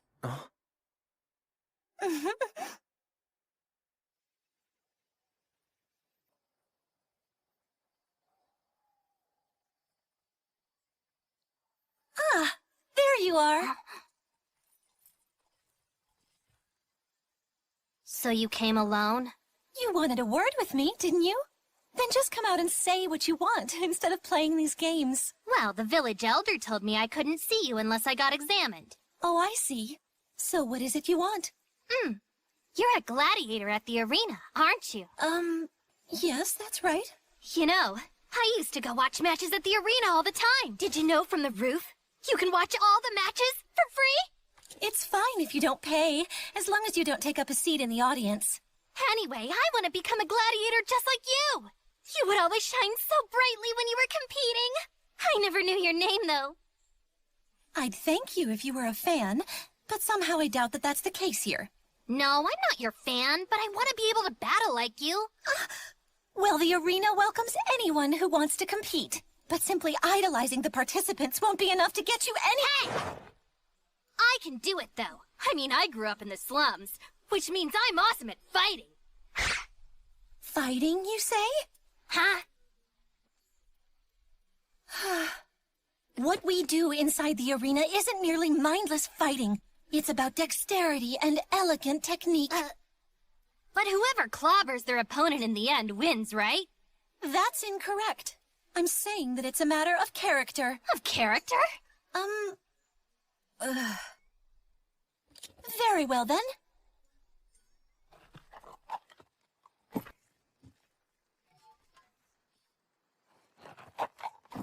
Let's put your fighting to the test and see if it is truly good enough for the arena. Oh, are we fighting? Hell yeah! All right, let's do this! Don't cry if you get hurt!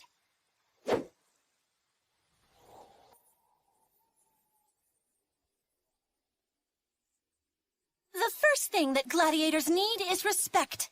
A little girl like you, who called the very doctor who saved her from slavers a quack, deserves to be raked over hot coals!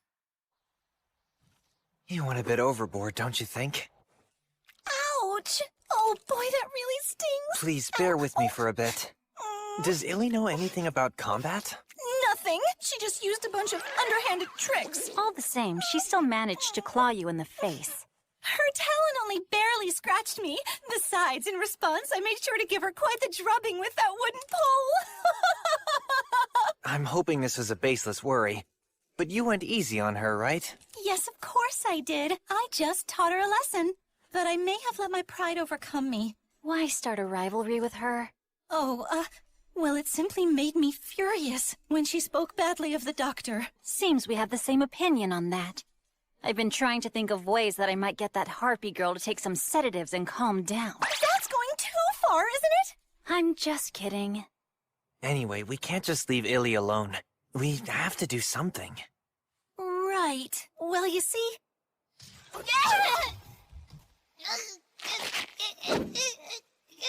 Now do you understand that what you call fighting simply isn't good enough for the arena?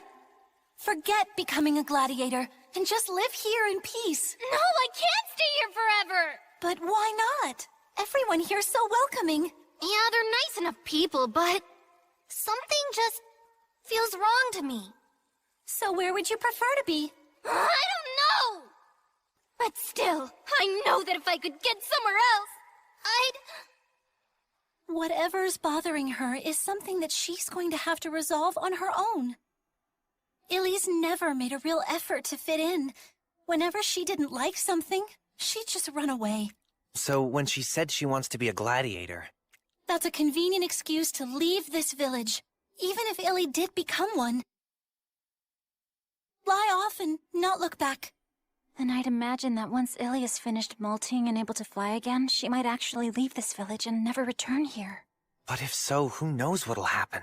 She might just be kidnapped by monster slavers again. Oh, by the way, Doctor. I wanted to bring you this feather that she lost during our battle. I picked it up because it seemed to be rather large. This is a harpy flight feather. I hope this will aid you with her examination. If I may ask, will you two help me with something tomorrow? Oh? Of course I will. Of course I'll help too. Thank you so much, you two. I'd like to conduct a little treasure hunt.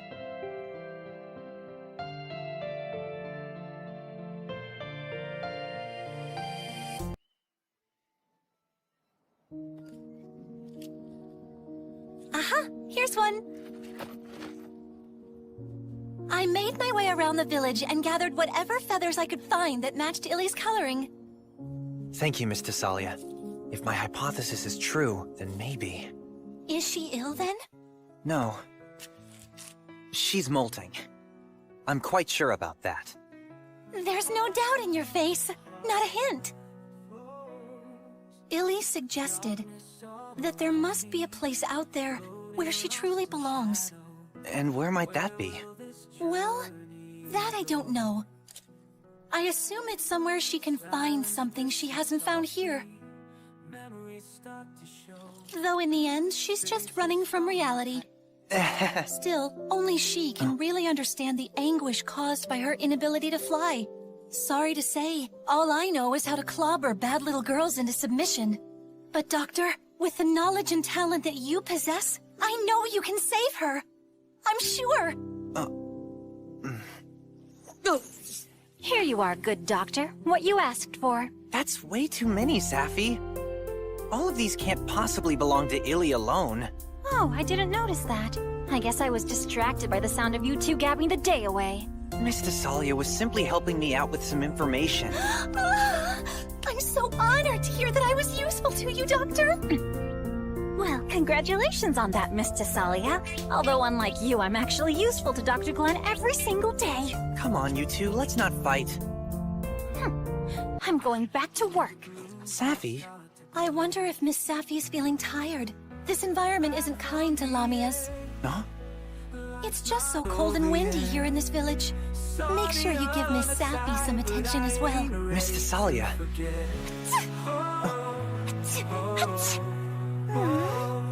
I think you're right. Indeed. Dr. Glenn, I have news, sir. Did someone get hurt? Not exactly, but we can't find Illy anywhere. She must have left the village. Oh, that girl. We'll go looking for her. Right away. I've always loved flying.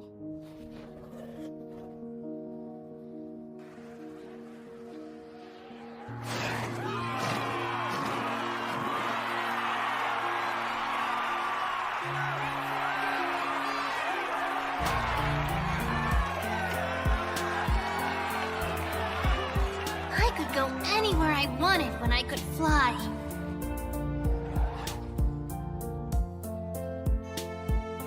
As long as I could fly, life was worth living. But now...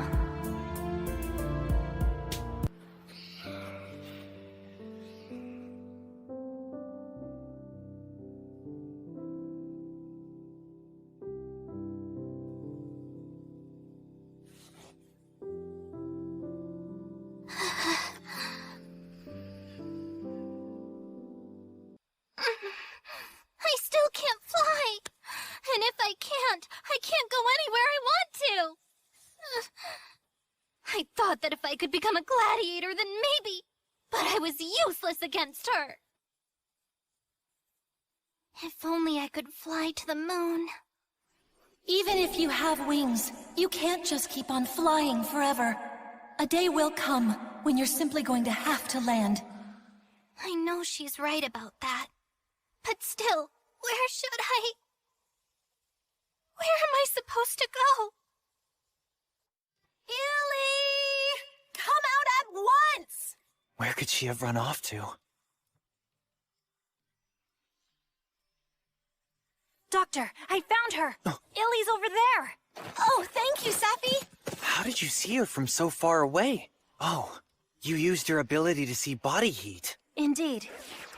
Now, come on, Doctor. Let's go and fetch that troublesome little harpy. Just leave me alone! I know I'm never going to be able to fly again! Just leave me be! That is not an option! You have to apologize for worrying everyone! That's not gonna happen! That's enough! Stop being so difficult! It appears she requires quite a bit of attention. Oh, great! What, now the quack's here too? There you go again! Being rude to the good doctor who came here— Illy, listen to me! My initial diagnosis wasn't entirely accurate. If I'm sick, just tell me! I'm trapped here. If I can't go anywhere, then I don't even care what happens to me! No, you aren't losing feathers because you're sick. You really are molting. Just take a look at this. This is one of the flight feathers that you lost. Look closely. Can you see that it's red at the base? Yeah, what does that matter? My wings have always been red, so what? But this color red isn't the same shade as what's on your wings. And also, your feathers we gathered from the village had other colors mixed in as well. Hey, those are my feathers! How dare you collect them? I apologize for not asking you, but thanks to them, now I know why you can't fly.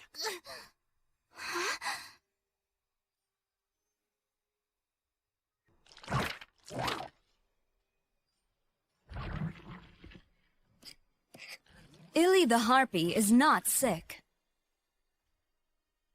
Oh, so you're wondering why I didn't tell Glenn about it?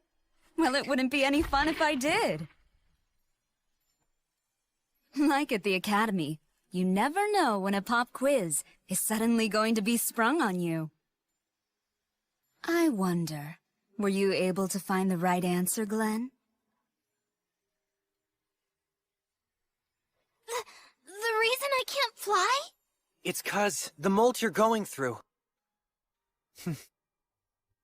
is a very special type of molting, through which you get your adult feathers. Adult feathers? Yes. Your wings should become a bit different from those of other harpies once it's done. The reason for that is you have phoenix blood inside of you. The phoenix blood? The Phoenix. A legendary monster also called the Immortal Bird.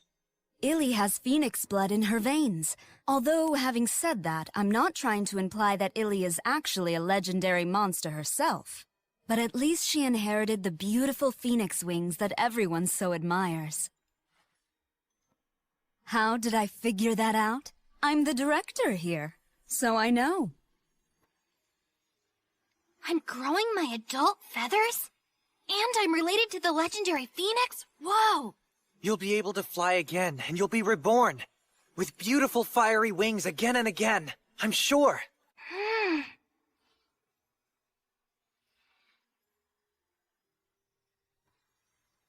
You mean that I'll be able to fly again?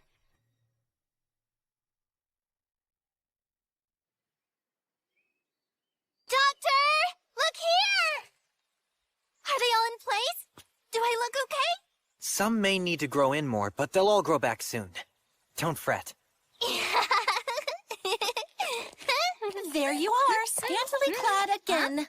A woman should always be aware of her appearance. Whatever. I want everybody to get a good look at them. Oh, hey, just for future reference.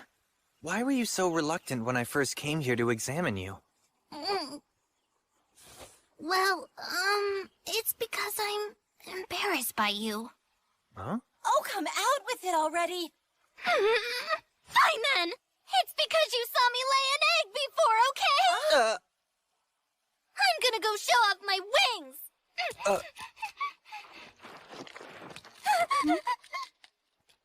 She sure seems to be feeling better. How nice. The Elder was pretty surprised, too.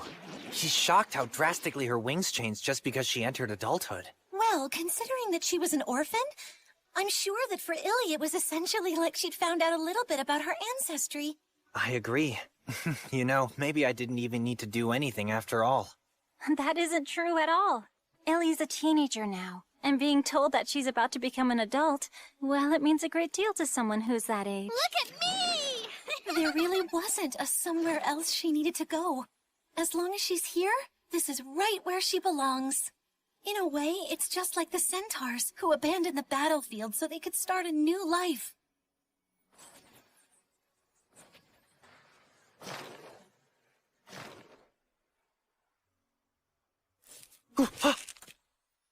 Is something the matter? No, nothing.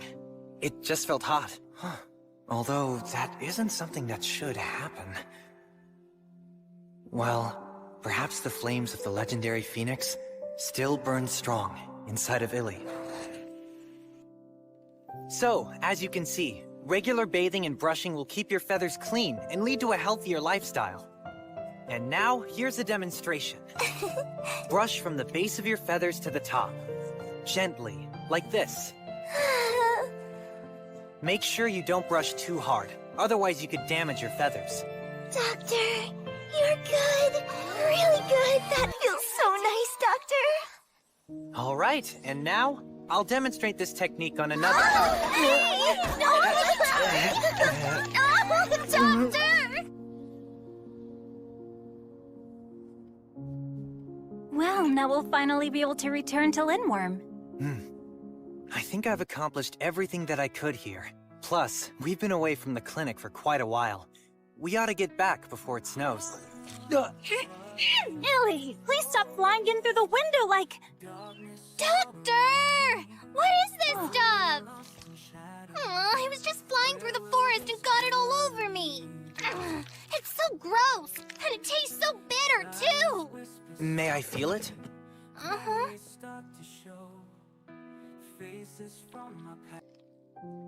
Its consistency feels like spider silk. No, wait. This is definitely silk from an arachne. So what's that? Monsters whose lower halves look like spiders. I'm guessing the threads they used to get around were left in the forest. It'll wash off with warm water. You should take a dip in the hot springs. Really? Hey! Do you want to come and join me, Doctor? You just get out of here!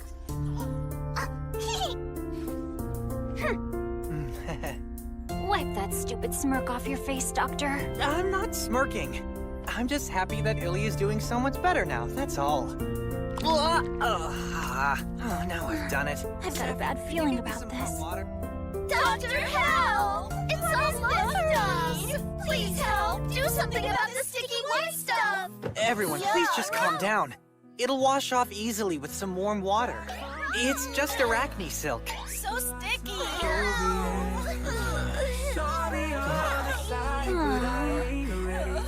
Well then, we'll just have to get to the root of this problem.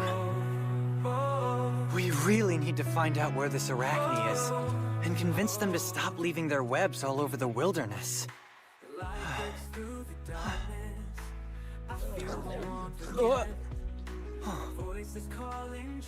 Thank you, Safi.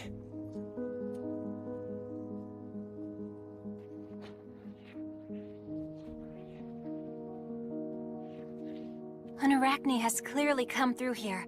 If we follow that... It should lead us to whoever's behind this.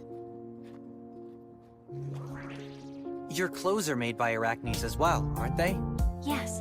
Apparently, it's difficult to make clothes that block light if you're not an arachne. Some of their silk sticks, and some doesn't.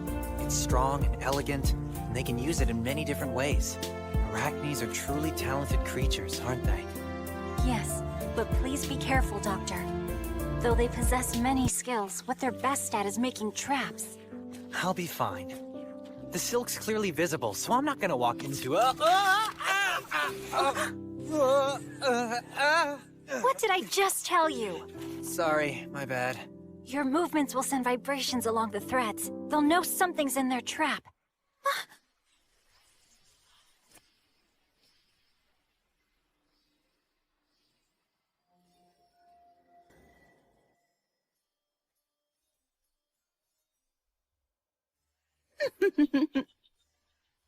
Oh, so it was you, Arania.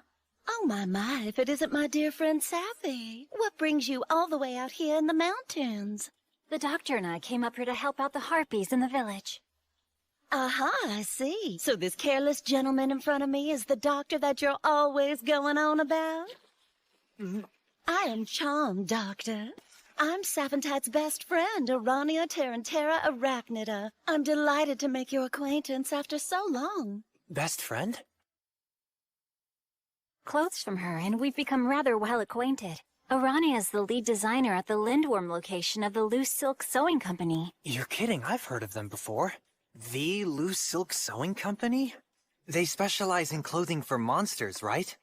Yes, My nurse's uniform and the very clothes that she's wearing right now were all designed by Arania herself. It's very nice to meet you. I'm Glenn Litbite. Oh, I know. I've already gotten an earful about you from Sappy. So, what brings you out here, Miss Arania? Good question. I heard a rumor that there's a harpy living here in these mountains that has phoenix feathers. Wow, that got around fast. Never underestimate the Arachne Information Network. Oh, the awesome phoenix. The miraculous bird whose rainbow wings change color every time that they flap them. I simply must incorporate them into my next design. I have to see them for myself. So that's why I came here. I set up some traps, hoping I'd run into that harpy, but... You set traps? Well, how else am I supposed to catch her? Did you think the harpy was out in the wild? Actually, she lives in the village. Oh, my stars! Why didn't anybody tell me? Huh? That's the legendary phoenix, huh? So there you are, sugar. What? Excuse me, dearie. Who are you? Give me a peek at those wings of yours. Hey! Just back off! Aw, come on, show them to me. No way! Look, I'm begging you, pretty please. Just let me see the tips at least. No! Get away from me!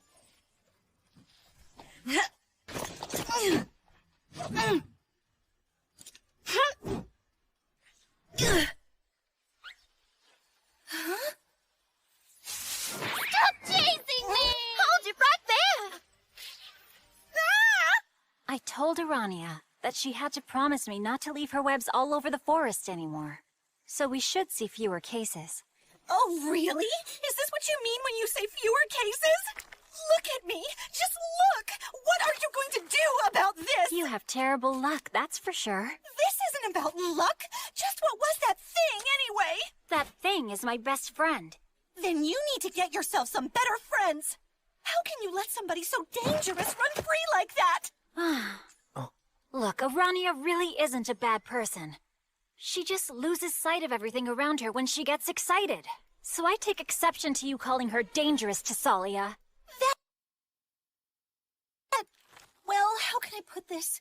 My feminine instinct, or whatever, is telling me that she simply can't be trusted. She didn't seem to feel a single ounce of guilt for covering me in all of this disgusting gunk. Now. Miss Arania just wants to take a look at Illy's wings to get inspiration for her next design, that's all. Are you sure of that? Whatever Arania tries to pull, Miss Tessalia, there's no need to worry when there's someone as strong as you around. Excuse me. Hey, Sappy, wait. It seems to me that she must be really tired. I wonder if it's because of the cold up here. Huh? Maybe. I mean, I know that Lamias are cold-blooded and don't handle cold weather well. But she didn't seem all that tired. And she's working as fast as ever. It could be that she's working too hard, all to impress her beloved doctor. And I didn't even notice it. You're a great doctor, but you can be quite dense when it comes to those closest to you. What? Take a break? Yes, Miss Kay and Miss Lorna wanted to invite you to go to the hot springs with them. Maybe you should go and relax a while, okay? I mean, you've been working non-stop since we arrived in this village. You ought to be able to relax, too. You can think of it as a present from me, Sappy. So it's like you're giving me a present. Well then, I guess I have to accept.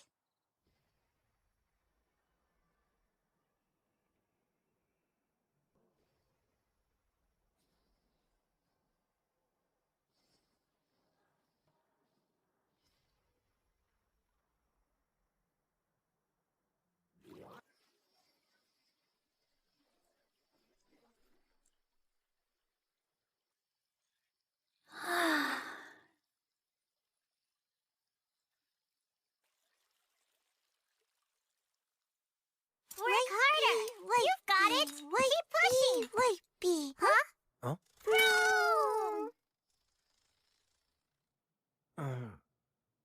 Huh?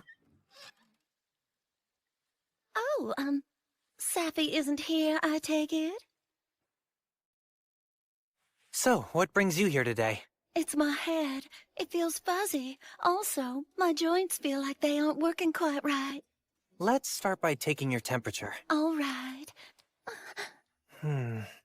Well, you don't seem to have a fever. Oh, really? Do you mind opening your mouth for me? Ah? I don't see anything wrong with your throat either.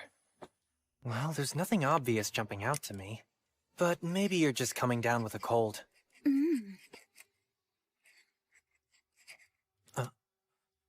Something wrong? Oh, it's nothing.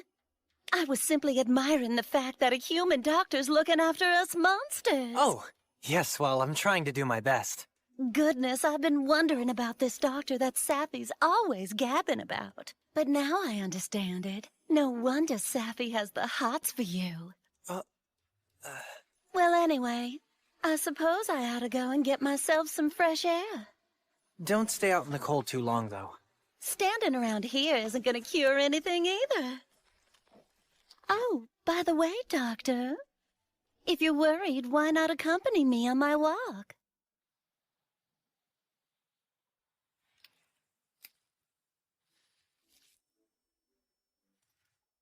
Miss Arania, how far are we going?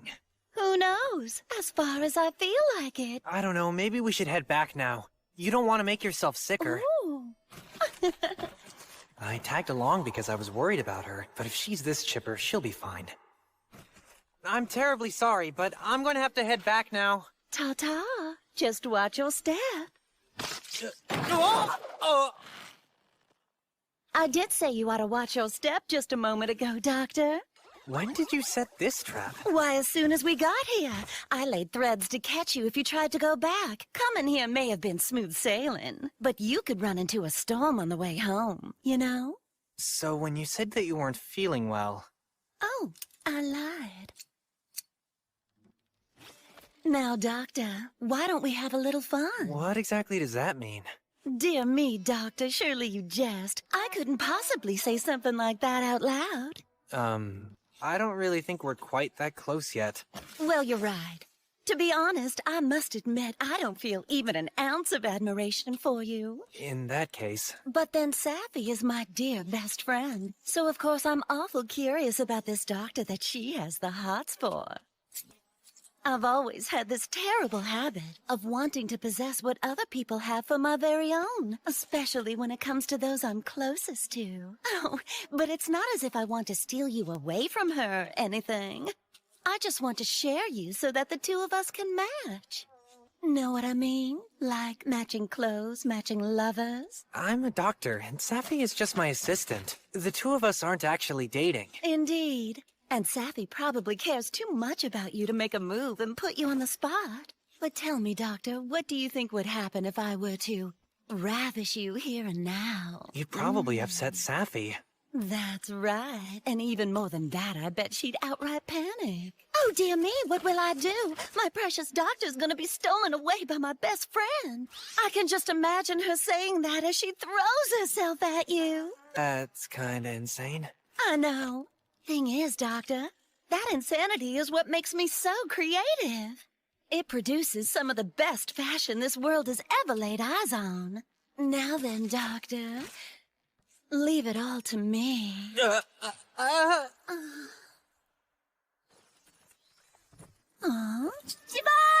punishment!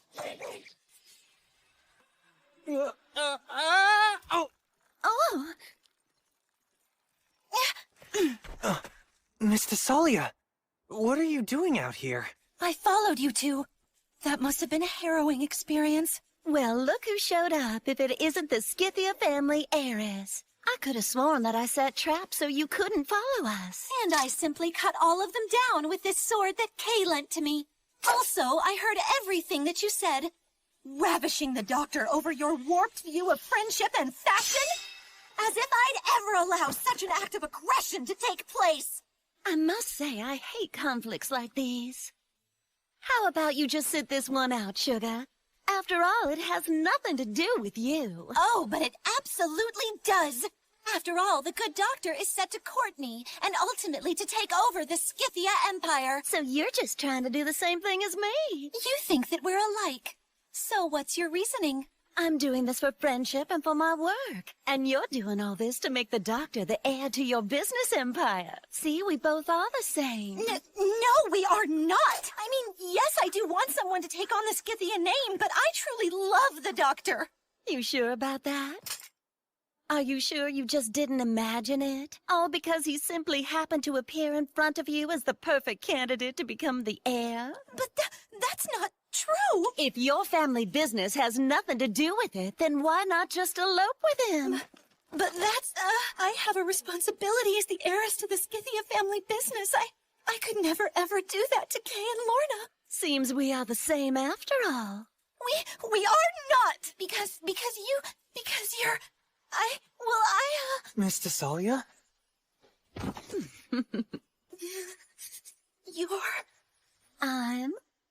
You're just so annoying!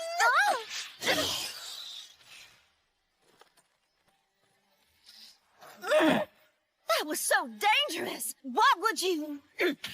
Shut up! Just shut up right now!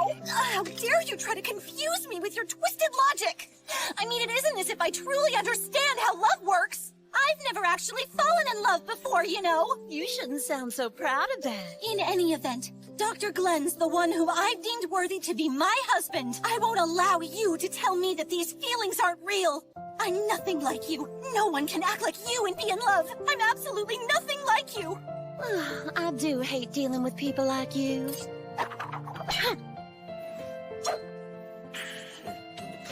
I've got to stop them before they hurt each other. But what should I... I can't breathe. The both of you, really. I can't believe you. Talking nonsense about my doctor. The two of you going on about how you love him or don't love him. I don't want to hear it! You're both clueless. You need to listen up. Understand the good Dr. Glenn here has no time to waste on courtship or love. He has much more important things to do. Lamias don't have tear ducts. But just because you can't cry doesn't mean that you aren't suffering. I'm sorry. I didn't realize it sooner. Safi. Dr. Glenn? Good doctor! I'm so sorry. Really. It's okay. I know you didn't do it on purpose. Not sure there's a point apologizing while you're drinking. How could I possibly deal with all this without drinking? Safi, did you know that she was plotting something like this? Well, she is my best friend. And knowing what I know about her personality, I figured something like this was bound to happen eventually. Oh, I understand. Doctor, I love you so much.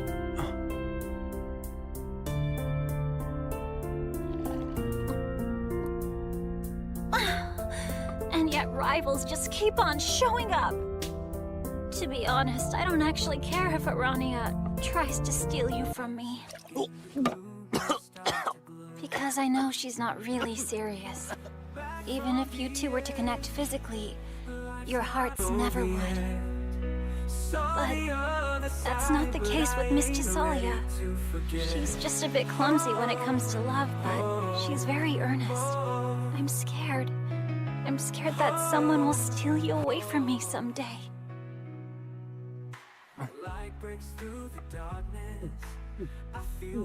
Doctor? Safi? Yes? We have our clinic right now. But there are a lot of things I don't know about the future. Still, when it comes to people I'd share a drink with like this, Safi, you're the only one. Oh. Don't say stuff like that. Don't tease me that way. Wait! What's up with them? Oh, I think it's because you said something super cheesy.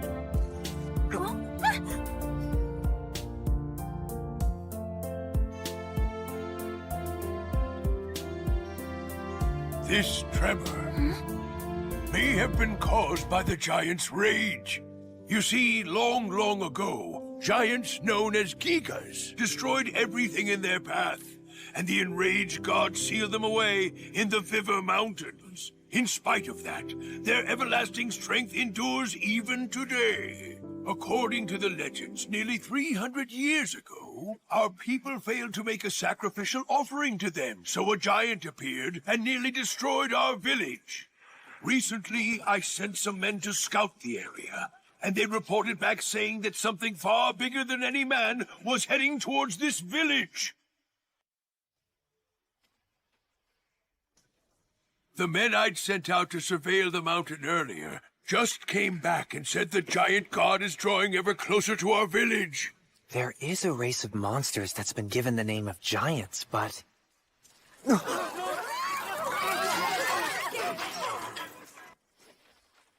We gotta get out of here fast! Where should we all go? Some of us aren't able to fly. Is the giant really coming here? Did we upset them somehow? We're cursed! Everyone, please! We need to... Hear me!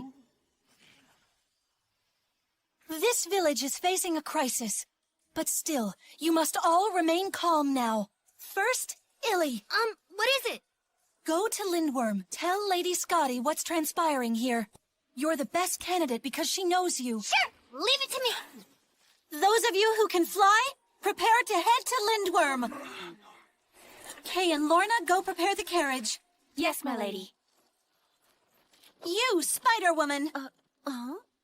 Are you planning on helping or what? Sure. I'd be happy to do whatever I can, darling. Thanks so much. All right. Please use your silk to help pack everyone's things. Miss Thessalia's amazing. She's very clear with her orders. Now, as for you, good doctor. Oh, yes, ma'am? Please take care of the harpies who aren't able to fly. I'm afraid the carriage can only hold so many. Those who can need to find their own way down the mountain. I understand. All right, move out, everyone!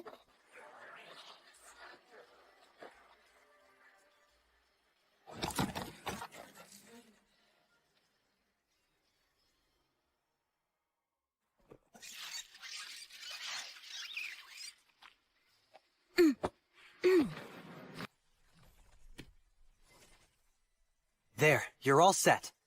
This will help keep your wings safe. You still won't be able to fly, but you should be able to walk down the mountain just fine. Thank you so much, Doctor.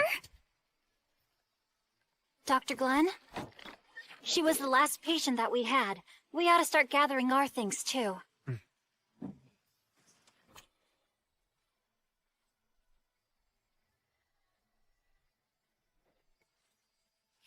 It appears that Miss Arania has been helping out as well.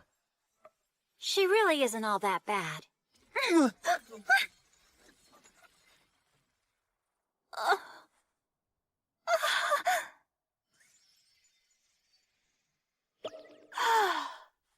We're doomed if we have to face off against a giant god. Let's get going.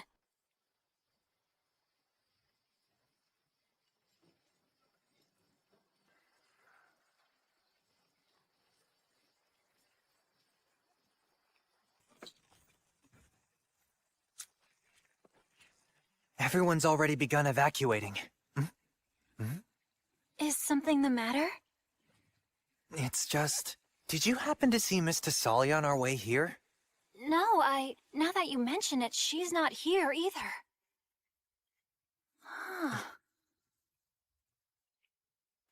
I can't imagine she would, but...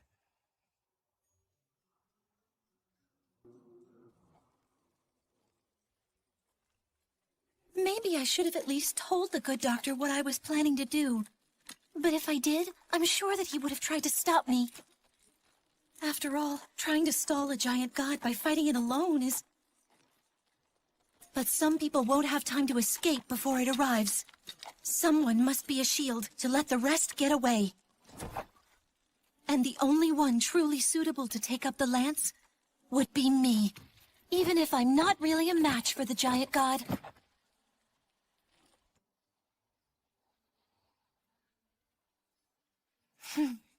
I know what I should do. If I somehow survive this, Then I'll propose to the good doctor. Hey, give the creepy laughter a rest! Oh?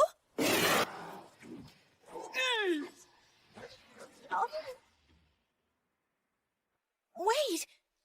Miss Safi? What are you doing here? And what is that fluffy thing you're wearing? I'm completely freezing.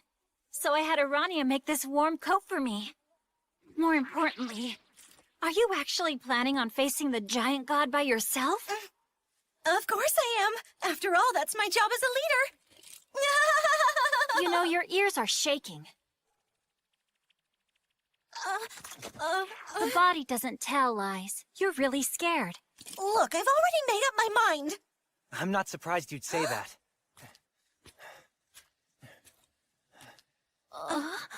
But if you're determined to risk your life fighting, as your doctor, I can't stand idly by. No, not you too, Doctor. This is the entire reason why I didn't tell anyone that I was coming out here. No matter what, you cannot stop me. Someone has to go and stall that giant. That's why we've come to help you out. Help me? You mean you didn't come here to stop me? It isn't as if our little horsey would listen to us even if we had. Doing this could mean dying. That's why I'm better off going alone. And what if you're not able to stop the giant god and we all get trampled anyway? So that's really why you want to tag along. How amusing. Well, all I need you to do is to get the good doctor down this mountain safely. Calm down, you two. Listen, I think I've come up with an idea. Huh?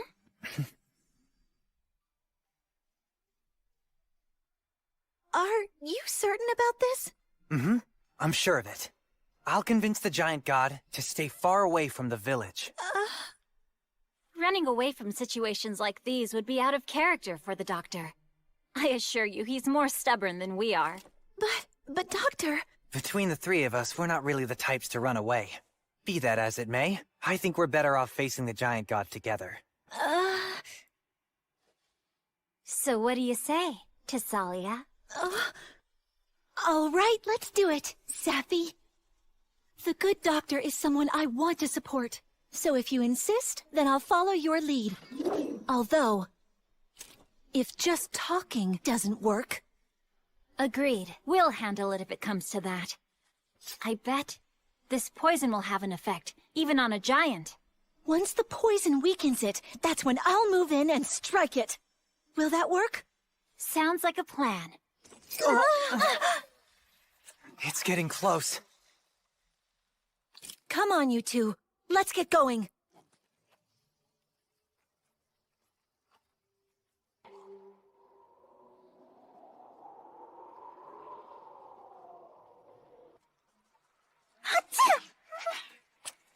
Safi, you okay?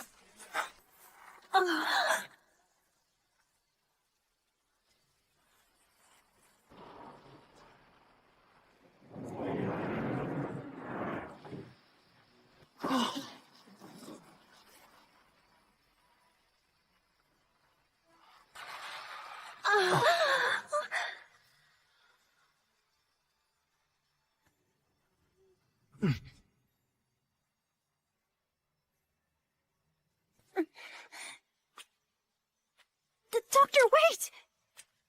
Lady Goddess, I'd like to speak with you. The people of the nearby village are frightened by you coming down the mountain. If something we've done has angered you, then please, tell us what it is.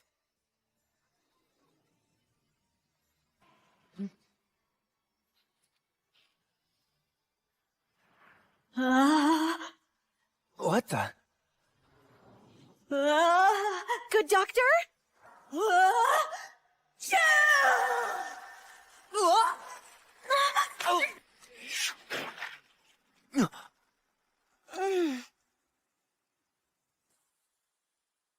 Excuse me. I heard that there was a doctor down here in the village. I was really hoping that they could examine me and find out what's wrong with me.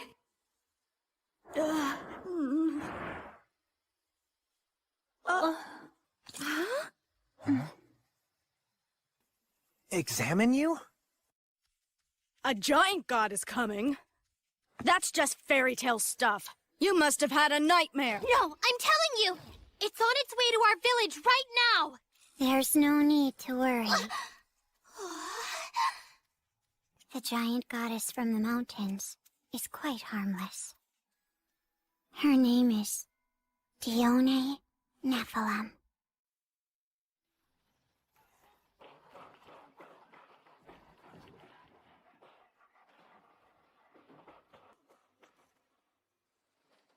Oh, so this is what an exam's like?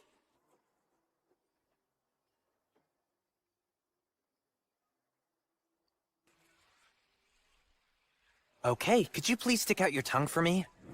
Ah. Oh my. Whoa. Doctor! Please be careful up there! You're already working on very little sleep! I'm okay, Safi. I'm sorry about that. It's all right. Let's continue the exam.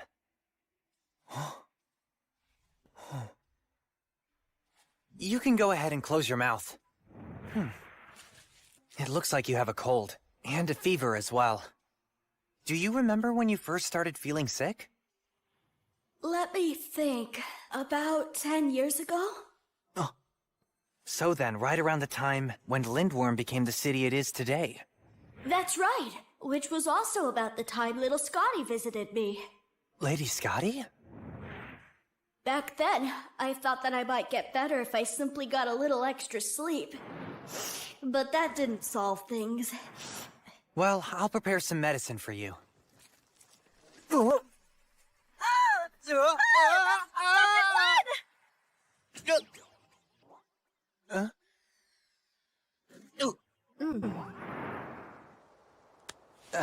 Thank you for the catch. No problem. Oh, oops. I'm gonna die.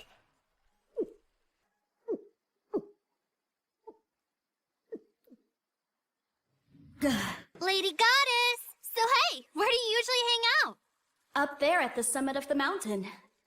It must have taken you a long time to get all the way down to the village. Boy, did you scare us. We thought we were having an earthquake. I'm sorry about that. I was just trying to be super careful so I didn't squish any of the animals in the forest. So I really took my time getting here. Aw, it must be rough not being able to fly. We just gave her normal cold medicine made from some herbal extracts. Do you think that will work on her? Yes, it should work. She might be a giant, but in the end, that basically just means that she's a bigger monster. I must apologize for all the fuss. Heavens, I had no idea that Lady Giant Goddess was so kind. Do you think that the legend about a giant attacking the village was just a mistake then? I do. I guess back then she was only trying to visit the village like this time. I'm not quite sure how the legend got it so wrong. Although, just in case, we should probably make sure she doesn't get a cold again, so that she doesn't try to come back here. Maybe if we can get her heavier clothes so she can stay warm. Hey, wait! I know just who could help with that. I get to make clothes for a giant goddess? That's a fashion designer's dream come true! But all of this just won't be enough. With what I've got, I could barely make a hat for her.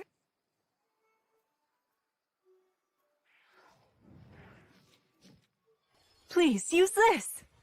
You can have this too. Thank you. With this, I'll be able to make shoes as well. Oh, I'm just itching to get started. All right, we're all counting on you. Right, got it. Meanwhile, we'll tend to the Lady Goddess's hair.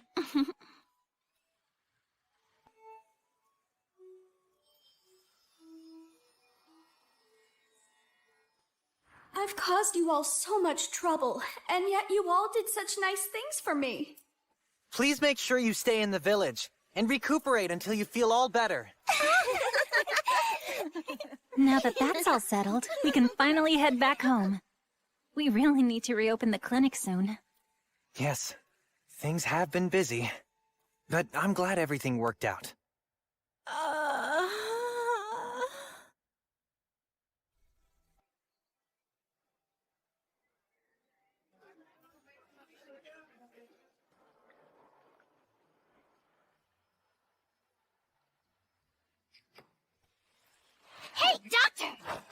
Illy! The Central Council sent a letter. A letter? Why do you have it? Well, you see. So, Illy tells me she's working at Scythia Transportation. She came by to the clinic to deliver my invitation to the Marrow Waterways commemoration ceremony. Oh, yes, indeed. I've hired her to work as one of Scythia's aerial messengers. That sounds like the perfect job for Illy, since she loves to fly so much. I know. It's nice to see how much she's calmed down because she has something to do. Since I invited you, dinner's on me. So please, eat as much as you'd like. Oh, are you sure? Of course. We put you through so much while we were at the Harpies' village, after all. You also helped us take care of Illy. Oh, please, doing that wasn't any trouble at all. There was also the incident with Miss Arania. No, she was definitely trouble. Not to mention when we heard the giant goddess was coming and everyone panicked. You were ready to face her head-on with only your lance. That sure surprised me. You have to have very strong determination to... Yes, exactly! I was out there risking my life for you! Pardon me. But all the same, it's true that I was prepared to die when I went to face the giant goddess. And yet, she only had a little cold and just wanted you to examine her! Yeah, well, at least everything turned out okay, right? Yes, of course. Absolutely! But still... You must be quite embarrassed now after all your posturing before, Thessalia. And you! Stop being so right all the time! I said that you could observe our date, but I never said that you could interrupt! Just what do you mean by date? Exactly what it sounds like. The good doctor personally invited me out tonight. I don't think I said anything about a date. Look, Thessalia, it may not sound like it, but I'm praising you. I'm sorry, you're what now? The courage it took to face a giant goddess all alone is admirable. Frankly, I doubt that I would have been able to do the same. I have great respect for you. In that case, couldn't you just let me enjoy my dinner with the good doctor in peace? And that's the reason why I need to watch very carefully so that Dr. Glenn doesn't fall for you, considering how charming and admirable you are, Thessalia! Look, if you're admitting defeat, then just say so. My dear Sapphy. I have no intention of losing, Thessalia. Seems like you two are getting along better now, doesn't it? No, we absolutely are not!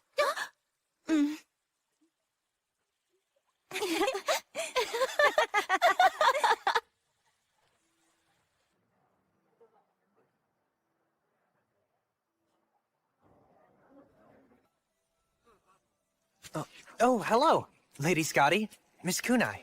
Ah, Dr. Glenn. You're here. Thank you very much for inviting us to the Marrow Waterways commemoration ceremony. It's an honor. Doctor! Oh? Lulala. And Miss Arania. What are you doing here?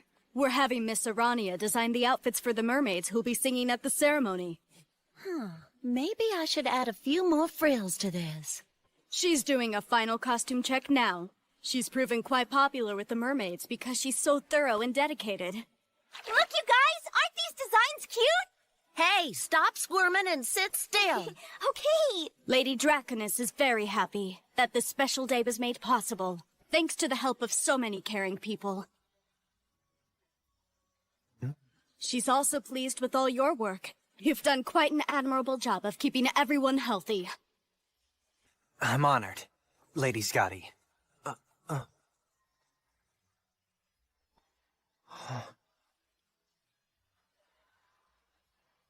That empty chair.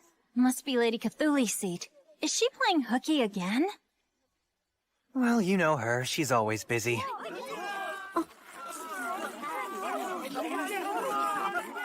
And now, Lady Draconis will say a few words to everyone. 10 years ago, when this fortress city was founded, I gave it the name of Lindworm. It's the name of a dragon, soaring through the sky. There has been some gossip that the reason I named the city that is because I intended to take it over. But that rumor is absolutely false. This is a city where humans and monsters live side by side. Conflicts are bound to occur. But by having dragon as part of the city's name, I hoped that the city's namesake dragon would protect this place, no matter what might happen. I don't mean me. I hoped we would receive protection from my ancestor, who lives far above in the heavens. And therefore, I shall... Whoa! Lady Draconis? Oh no!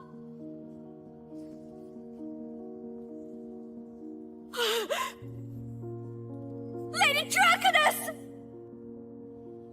It seems the chaos of this afternoon has finally settled down. Yes, since Lady Scotty is the central figure in this city, everyone was concerned. It's really been quite a long time since we've been back here. Yeah, I guess we haven't been back since opening up the clinic. But there's something that I don't understand. You were the first one to come to her aid, and yet now, no one will tell you how Lady Scotty is doing. It's not surprising. Her primary physician is Dr. Cthulhu, and she isn't obligated to tell us anything. Whatever the case, that's the reason we've come here to talk to her now. I must remind you, reuniting with that Octo-woman, Lady Cthulhu, is no excuse to get ahead of yourself. I know. She's not interested in me anymore anyway. I'm sure she's far too busy with work for that. Doctor, are you here? Saventide and I have come to see you. Enter.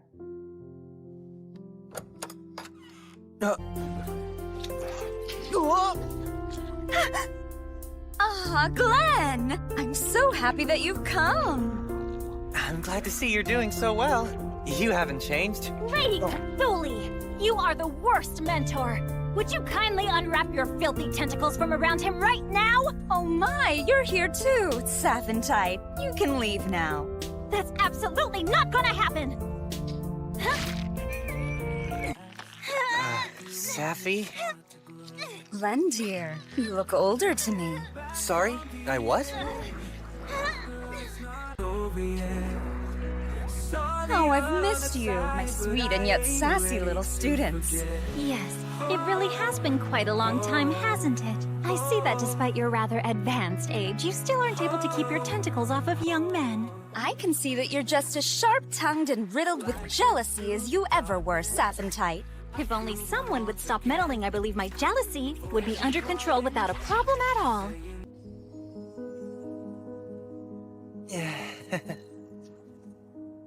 Thank you for helping Scotty earlier. I was able to treat her right away, because you two arrived on the scene so quickly. I couldn't attend the ceremony myself. You mean you couldn't be bothered to make the trip? Doctor, what exactly is ailing Lady Scotty? It's quite serious. As her primary physician, I can't reveal all the details. But I've never heard of another case quite like it. It's a very rare illness. A rare illness? It's already spread throughout her entire body. It's a miracle she's never collapsed in public before. She's experiencing extreme changes in her blood pressure that could lead to coronary failure. You mean it's her heart? Dragons are very difficult to treat. Even when they have an illness that would kill other monsters, they stay alive because they're so highly resilient. Though that only causes them to suffer longer. Of course, she's a dragon with a rare disease. This won't be very easy to cure. Even I will have my work cut out for me. This time it was only a sudden drop in blood pressure, so with rest and some nourishment, she'll wake up soon enough. But to cure her, we'll have to get to the root of the problem. So, are you saying you're not sure what's causing it? No, Glenn. That's the easy part. It's obvious.